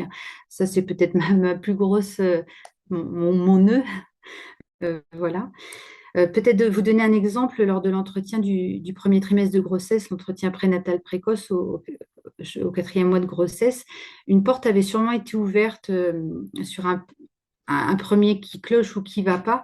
Je me souviens d'une question qui m'avait été posée sur avez-vous le souvenir de votre propre naissance ou de comment ça s'est passé pour votre maman? Et cette simple question m'a bouleversée ou percutée. Oui, il s'est passé quelque chose. Il y a quelque chose qui a été ébranlé à ce moment-là, mais rien de plus en fait. J'ai l'impression que c'est resté comme ça en suspens et que je ne sais pas ce qui a pu se passer lors de cet entretien, mais ça n'a pas été si anodin que ça, cette question qui avait été posée. Voilà. Donc le forum est anonyme, gratuit, accessible 24 heures sur 24. C'est un espace qui permet vraiment aux femmes de mettre en mots ce qu'elles peuvent pas dire ailleurs forcément. Il n'y a pas de jugement, pas de culpabilisation. Et le fait de rencontrer d'autres mères qui ont les mêmes ressentis permet vraiment de rompre la solitude. Donc le premier contact des mamans se fait par mail pour le relais départemental. On les oriente très vite vers le forum national pour ne pas rester en relation duel avec la maman qui va mal. Et on propose des groupes de parole aussi de façon mensuelle, des temps d'échange pour leur permettre de libérer la parole, de les accompagner sans jugement sur cette situation de fragilité de devenir mère. C'est de la paire-aidance qui est très actuelle aujourd'hui. Hein. C'est entre mamans. Et donc, les mamans qui peuvent venir au groupe de parole, ce sont des mamans qui ont un désir d'enfant qui s'accompagne d'inquiétudes envahissantes ou des femmes enceintes et en souffrance, ou que les difficultés soient actuelles ou passées. Voilà. Les objectifs des groupes de parole sont donc offrir un espace d'écoute, donner la possibilité d'échanger entre mères, rompre l'isolement et surtout permettre de retrouver l'espoir quant à la possibilité de se rétablir. Ça, c'est très important en fait, parce que vraiment, c'est le tunnel. Hein. Elles s'imaginent qu'elles vont rester dans cet état tout le temps en fait. Donc, leur donner des appuis pour se dire, bah oui, on s'en sort et puis on va mieux après. Donc, identifier les ressources adaptées à leur situation et les appuis possibles, les contacts possibles au niveau local. Hein. Il faut du concret, il faut vraiment un étayage fort. Hein. Voilà. Donc les groupes de parole peuvent se faire aussi en visio au niveau national quand il n'y a pas de référente sur le département ou quand il n'y a pas de groupe de parole proposé par la référente sur le département. Si une seule maman est inscrite pour un groupe de parole, on peut lui proposer, plutôt que d'annuler le groupe de parole, d'être inscrite au niveau en visio. Et puis pour les mamans qui vivent à l'étranger aussi. Alors, les autres objectifs sur le département, c'est faire connaître, reconnaître la difficulté maternelle. Moi, je me suis inscrite avec l'autorisation de la présidente de Maman Blues sur le réseau social LinkedIn et ça m'a permis vraiment de toucher beaucoup plus de professionnels sur le département. Tisser et développer un réseau de contacts aussi, donc tous les professionnels que j'ai pu citer. Les professionnels de la petite enfance aussi, hein, les assistantes maternelles, les TSF, en contact avec la DMR. Toutes les associations qui œuvrent autour de la périnatalité sont en lien avec Maman Blues. On propose d'organiser des actions conjointes aussi d'information et de soutien, des réunions, des colloques, des temps de formation. On met à disposition gratuitement des plaquettes d'information pour les parents et des affiches pour les cabinets. Et on constitue un répertoire de coordonnées voilà, de professionnels de la santé pour orienter vraiment, c'est toujours la même chose, hein, le plus rapidement, efficacement possible les parents, les futurs parents.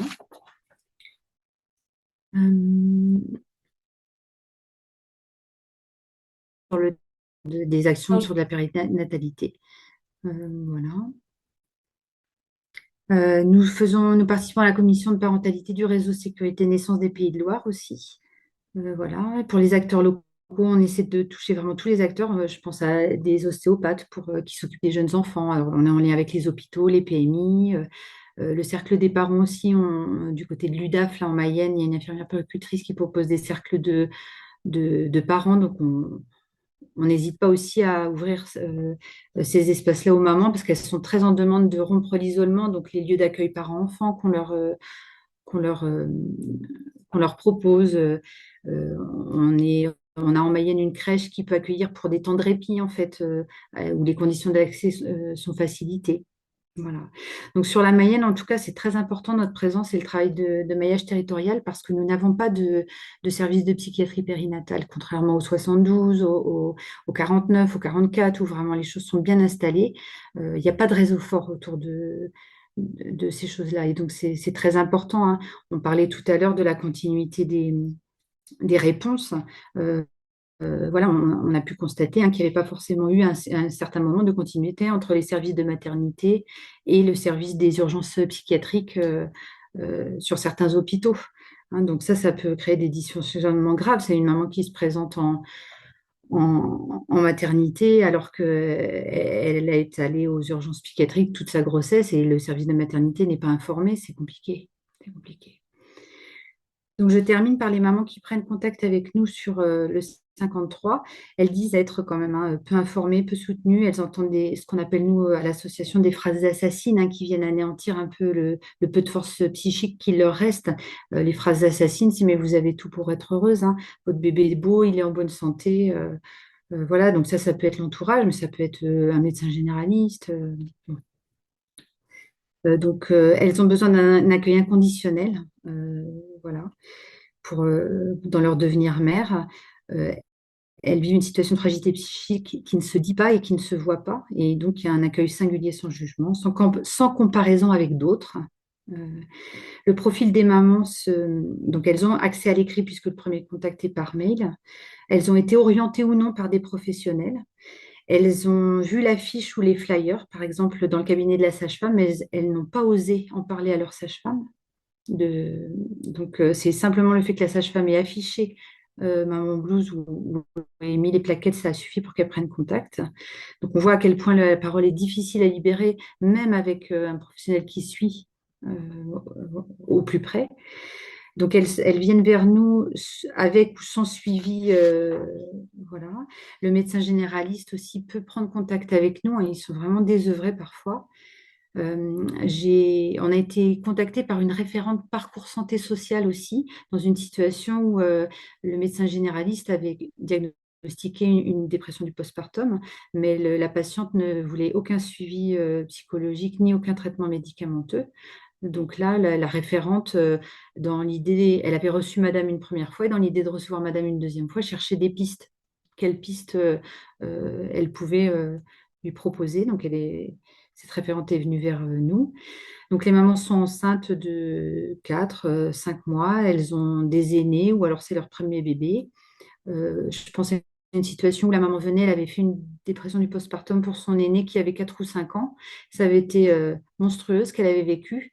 Et elle venait en prévention, elle était accompagnée par sa sage-femme, elle avait un suivi psychologique, mais malgré tout, elle voulait bénéficier d'un groupe de parole pour pouvoir préparer l'arrivée de ce deuxième enfant dans les meilleures conditions. Voilà, donc certaines viennent avec déjà des idées suicidaires auprès de nous. Donc, il faut avoir les bons réflexes de ne pas rester seul et puis avoir un bon réseau euh, euh, partenarial de professionnels. Elles sont avec ou sans compagnon, elles ont ou non des difficultés de couple. Alors, on parlait du risque pour le père, hein, qu'il sombre aussi quand il voit la détresse de la maman qui ne dort plus, qui ne s'alimente plus, qui n'a plus goût à rien. Donc, il y a une très grande vigilance. Et puis, je pensais aussi à toutes ces mamans qui viennent nous voir, qui ont eu un parcours PMA, où c'est très culpabilisant pour elles d'avoir cet enfant qui est là et puis finalement de ne pas être pleinement heureuse. Ou alors ces mamans qui sont professionnelles de santé. Je pense aux psychologues qui nous contactent, aux infirmières qui sont en maternité. Et c'est très culpabilisant aussi pour elles parce qu'elles disent, mais pourtant c'est mon métier. Et comment se fait-il que moi ça m'arrive alors que je devrais savoir y faire? Voilà.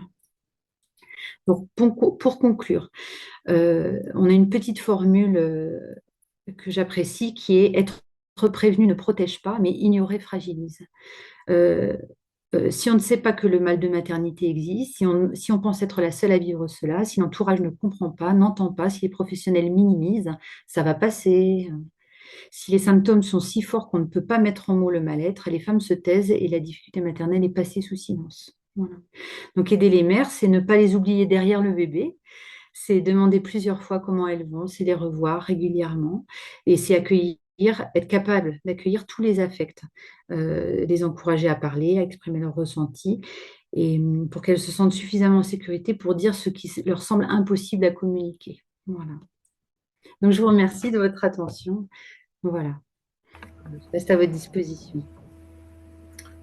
Merci beaucoup, Stéphanie. Oui, oui. Bon. Alors, juste pour compléter l'intervention du coup de Stéphanie, je ne sais pas si on arrivera à afficher la slide. On a aussi, on veut aussi vous parler donc de 1000 jours au blues. Ah, peut-être que ça va marcher parce que moi je ne sais pas faire. Super, merci. 1000 jours blues en fait qu'on retrouve dans l'application des 1000 premiers jours donc que les parents peuvent télécharger. Ça leur permet en fait via un lien ou un QR code d'accéder eux-mêmes à l'échelle d'Édimbourg. Et en fonction des scores, ils sont mis avec une infirmière spécialisée du coup en périnatalité, ils sont mis en lien avec elle pour déjà faire le point et qui les réoriente. En parallèle, ils essayent de faire un petit peu un état des lieux de toutes les ressources avec une espèce de carte interactive. Mais c'est pas simple. Et a priori, les financements sont un petit peu en stand-by pour cette fin d'année, de ce que j'ai pu comprendre. Mais en tout cas, ça peut être une première étape pour les parents déjà d'un petit peu de s'auto-tester, d'avoir un premier lien et du coup derrière d'être réorienté. On nous a dit que pour nous professionnels, si on voulait avoir accès à toute cette carte de ressources, il fallait faire un profil de parent. Voilà. Mais pour le coup, on pourrait y avoir accès aussi. Donc voilà pour l'information. C'est fait aussi, c'est d'où le lien avec l'intervention de Stéphanie, ça a été fait aussi en partenariat avec Maman Blues. Hein. Il y a eu des liens de fait quand même pour développer cette application, enfin cette chose avec l'application du coup des 1000 premiers jours.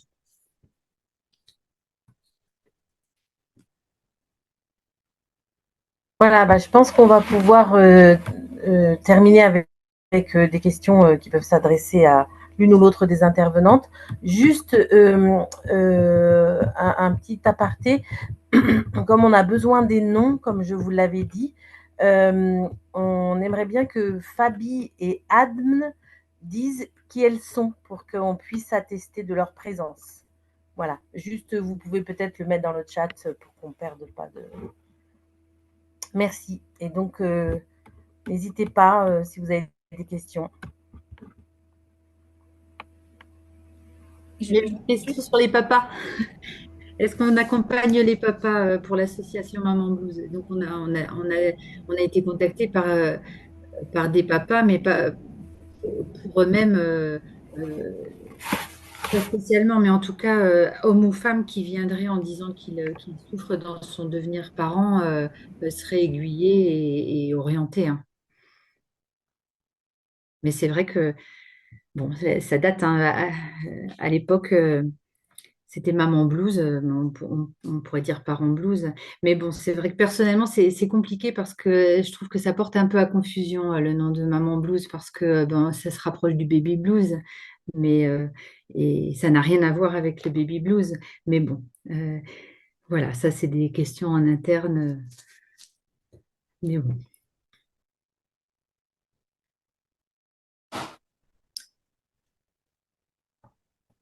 Si je peux me permettre, il fallait que je rajoute pour l'URPS.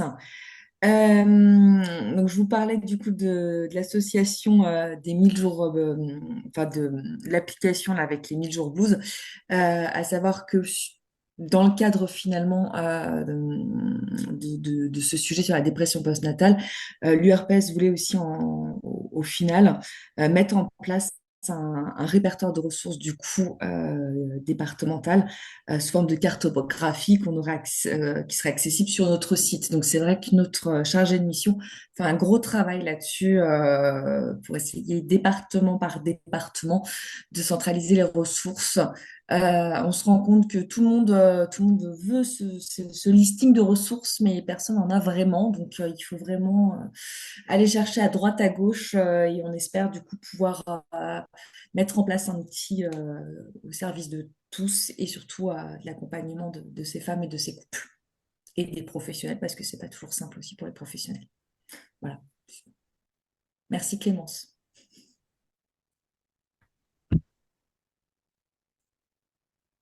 Je crois qu'on a une question d'Éléonore.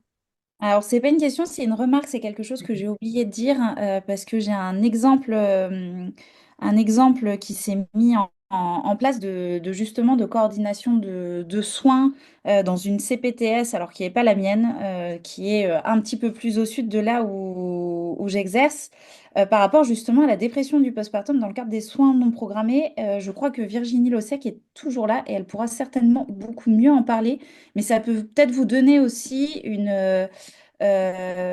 action concrète que les sages-femmes peuvent mener au sein d'un territoire. Je ne sais pas si... Bonsoir. Bonsoir. Oui, 2 minutes pour ça. Alors je suis un peu pistonnée parce que du coup sur mon territoire il y a Vanda Hervieux. Alors du coup pour celles qui connaissent Mille Jours Blues, forcément c'est quelqu'un qui est très investi en la matière et qui a fait partie de nos groupes de travail. Et en fait dans le cadre on a identifié des ruptures de soins hein, dans les parcours et notamment sur cette période entre la maternité et le début de la rééducation, où tout simplement il y avait une rupture et aussi parfois une difficulté à trouver une sage-femme libérale dans notre zone, considérée comme surdotée, mais en fait sous-dotée de fait. Et du coup, dans le cadre des soins non programmés, nous avons ajouté le motif dépression du postpartum dans donc cette possibilité de soins non programmés, c'est-à-dire accès à une sage-femme libérale donc formée, sachant que toutes nos sages-femmes libérales ont été formées l'année dernière à la conduite d'un entretien postnatal précoce et à l'accompagnement, en tout cas dépistage des red flags, etc. Et du risque suicidaire. Donc on est professionnels ressources, donc les médecins généralistes peuvent nous adresser sous 48 heures et on peut réadresser au réseau adapté, etc. Il y a un réseau de pairs qui peut nous adresser sous 48 heures. Toutes les femmes peuvent avoir accès à une sage-femme libérale ou à un médecin généraliste. même si ce n'est pas le sien, même si c'est pas sa sage-femme, etc. Euh, voilà, c'est un motif de SNP sur notre petite zone. Alors ça démarre, hein, c'est depuis le 1er octobre, donc c'est encore tout jeune, mais on fera des retours dès qu'on en aura. Voilà.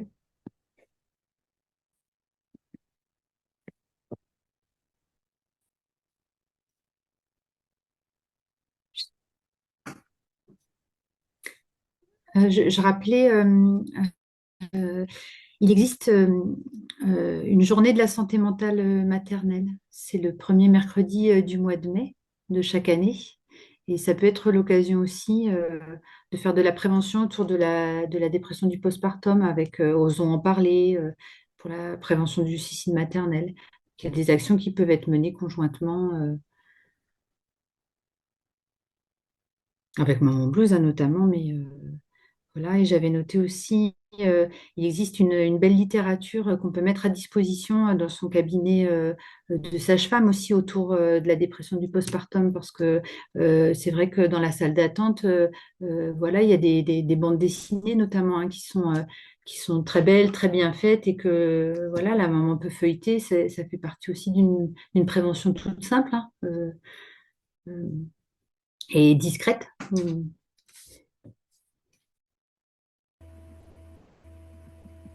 Marion, tu voulais poser une question ou intervenir? Ah, t'as pas ton micro, Marion. J'ai encore une question juste sur le fait, on a beaucoup parlé de travail en réseau, d'adressage.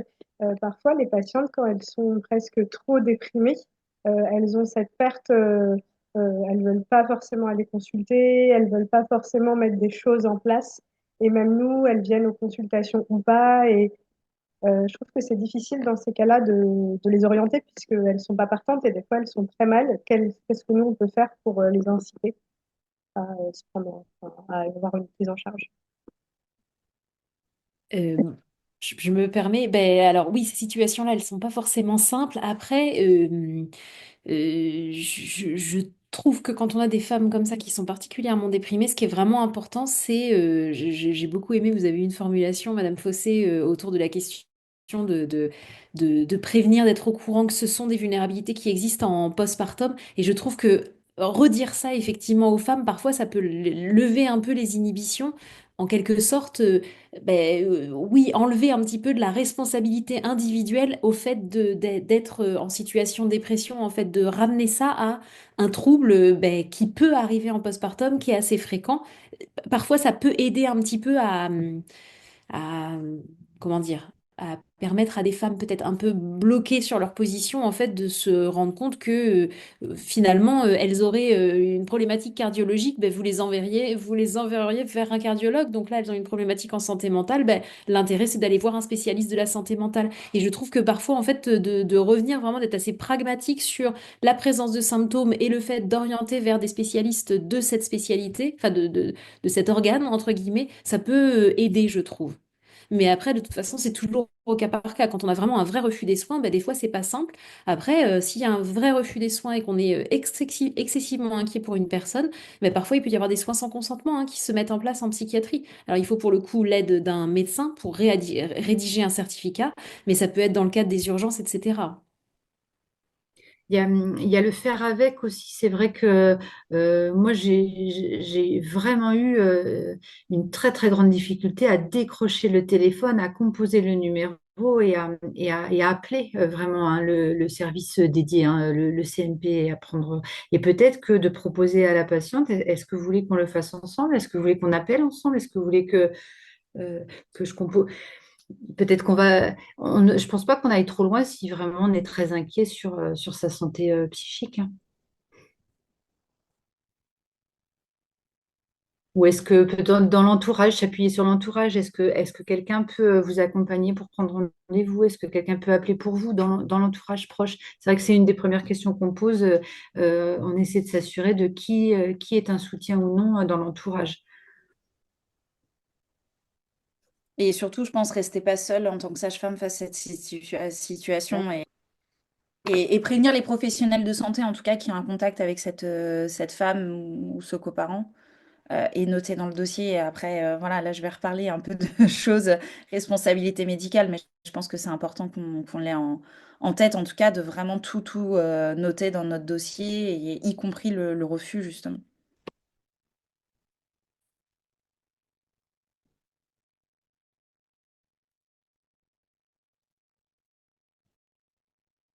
Chloé, vous vouliez poser une question ou intervenir?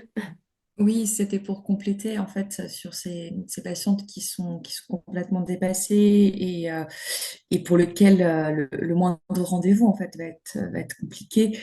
D'appeler va être difficile. Il y a aussi possibilité parfois de prendre contact avec alors avec l'accord de la patiente bien sûr, mais de prendre contact avec la PMI qui elle va pouvoir se déplacer au domicile de la patiente. Donc c'est une charge en moins pour elle. Alors c'est souvent la PMI ou les assistantes sociales qui gèrent, mais justement la mise en place de TISF du coup qui passe régulièrement au domicile, évaluer la situation, accompagner les parents finalement. euh, Vers le aller mieux, quoi. Donc, il y a des choses qui peuvent se mettre en place aussi au domicile des patients.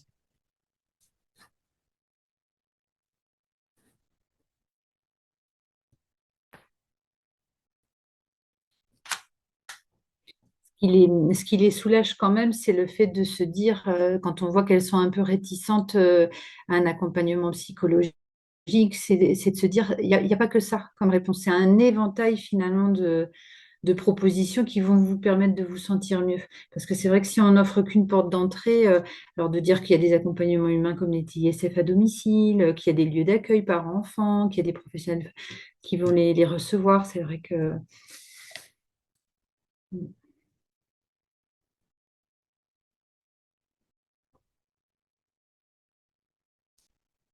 Et puis quand même, il y a comme une bouée qui se dégonfle hein, quand on en rencontre une autre maman blues, quand même. Ça veut dire que, et on sent dans les groupes de parole, dans l'écoute, dans la qualité des échanges, en fait, ben, on se répond en écho et on parle vraiment du cœur de ce qu'on a vécu, en fait.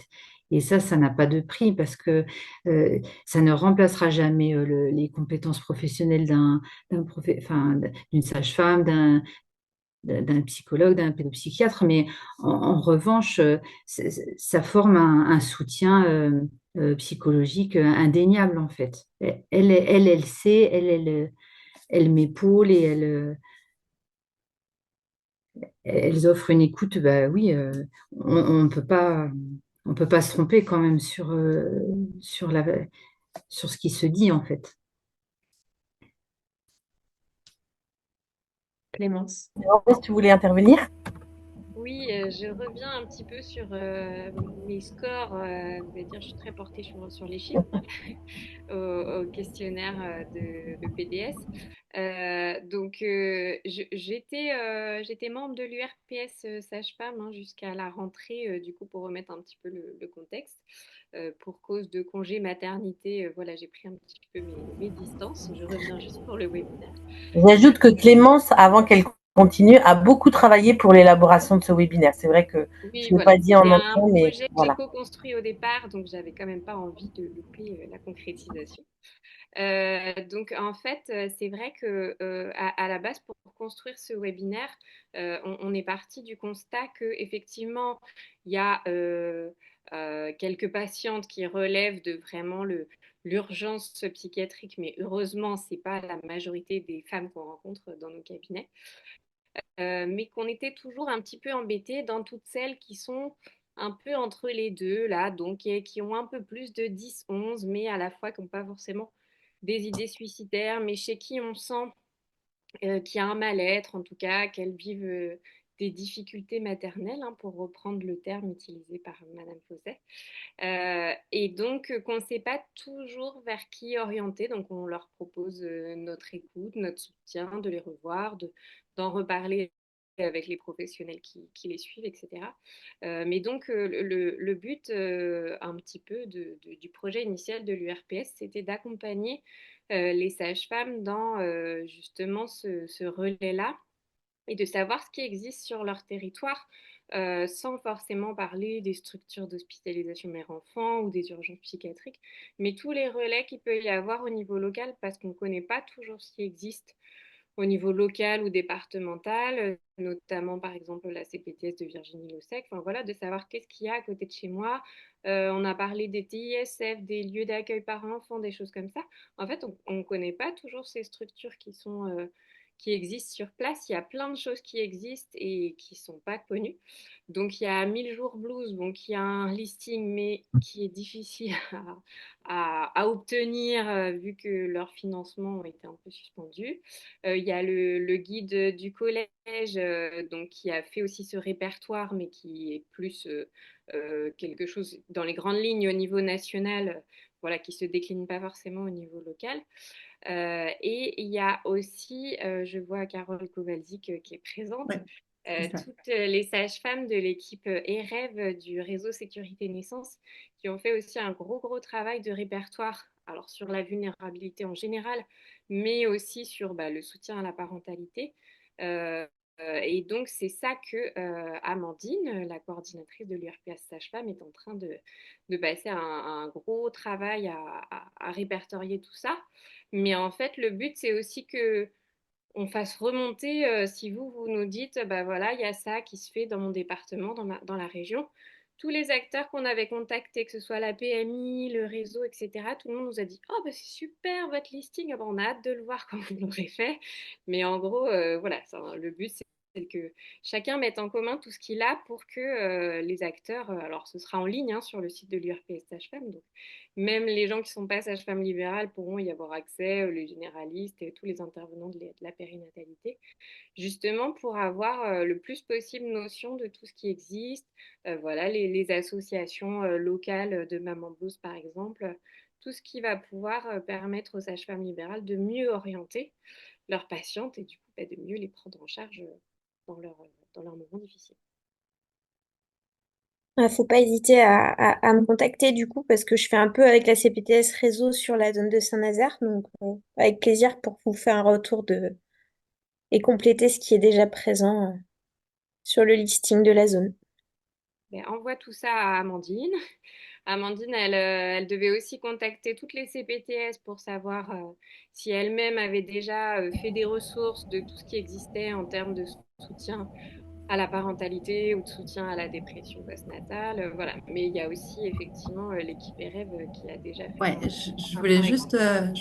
je voulais juste rebondir effectivement pour vous dire qu'effectivement notre équipe est en train de créer, alors c'est pas encore terminé, mais une cartographie régionale enfin, par département, mais elle va être régionale, où il y aura les ressources en pédopsychiatrie, en psychiatrie, en TISF, en PMI et en LAEP pour démarrer. Et après, on verra si on étend un peu plus, mais ça voudra dire que vous pourrez rentrer une adresse d'une patiente et voir eh bien, de quel secteur psy elle dépend, de quel CMP est proche de chez elle, quel LAEP, quel PMI, voilà, quel TISF. Et donc ça, c'est en cours.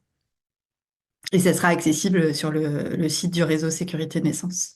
Merci à tout le monde. Je crois qu'on va pouvoir conclure pour rester dans les créneaux horaires. Je pense que c'était très riche. Et puis, je remercie encore nos intervenantes pour la qualité de leurs interventions très complémentaires. Merci beaucoup et à très bientôt.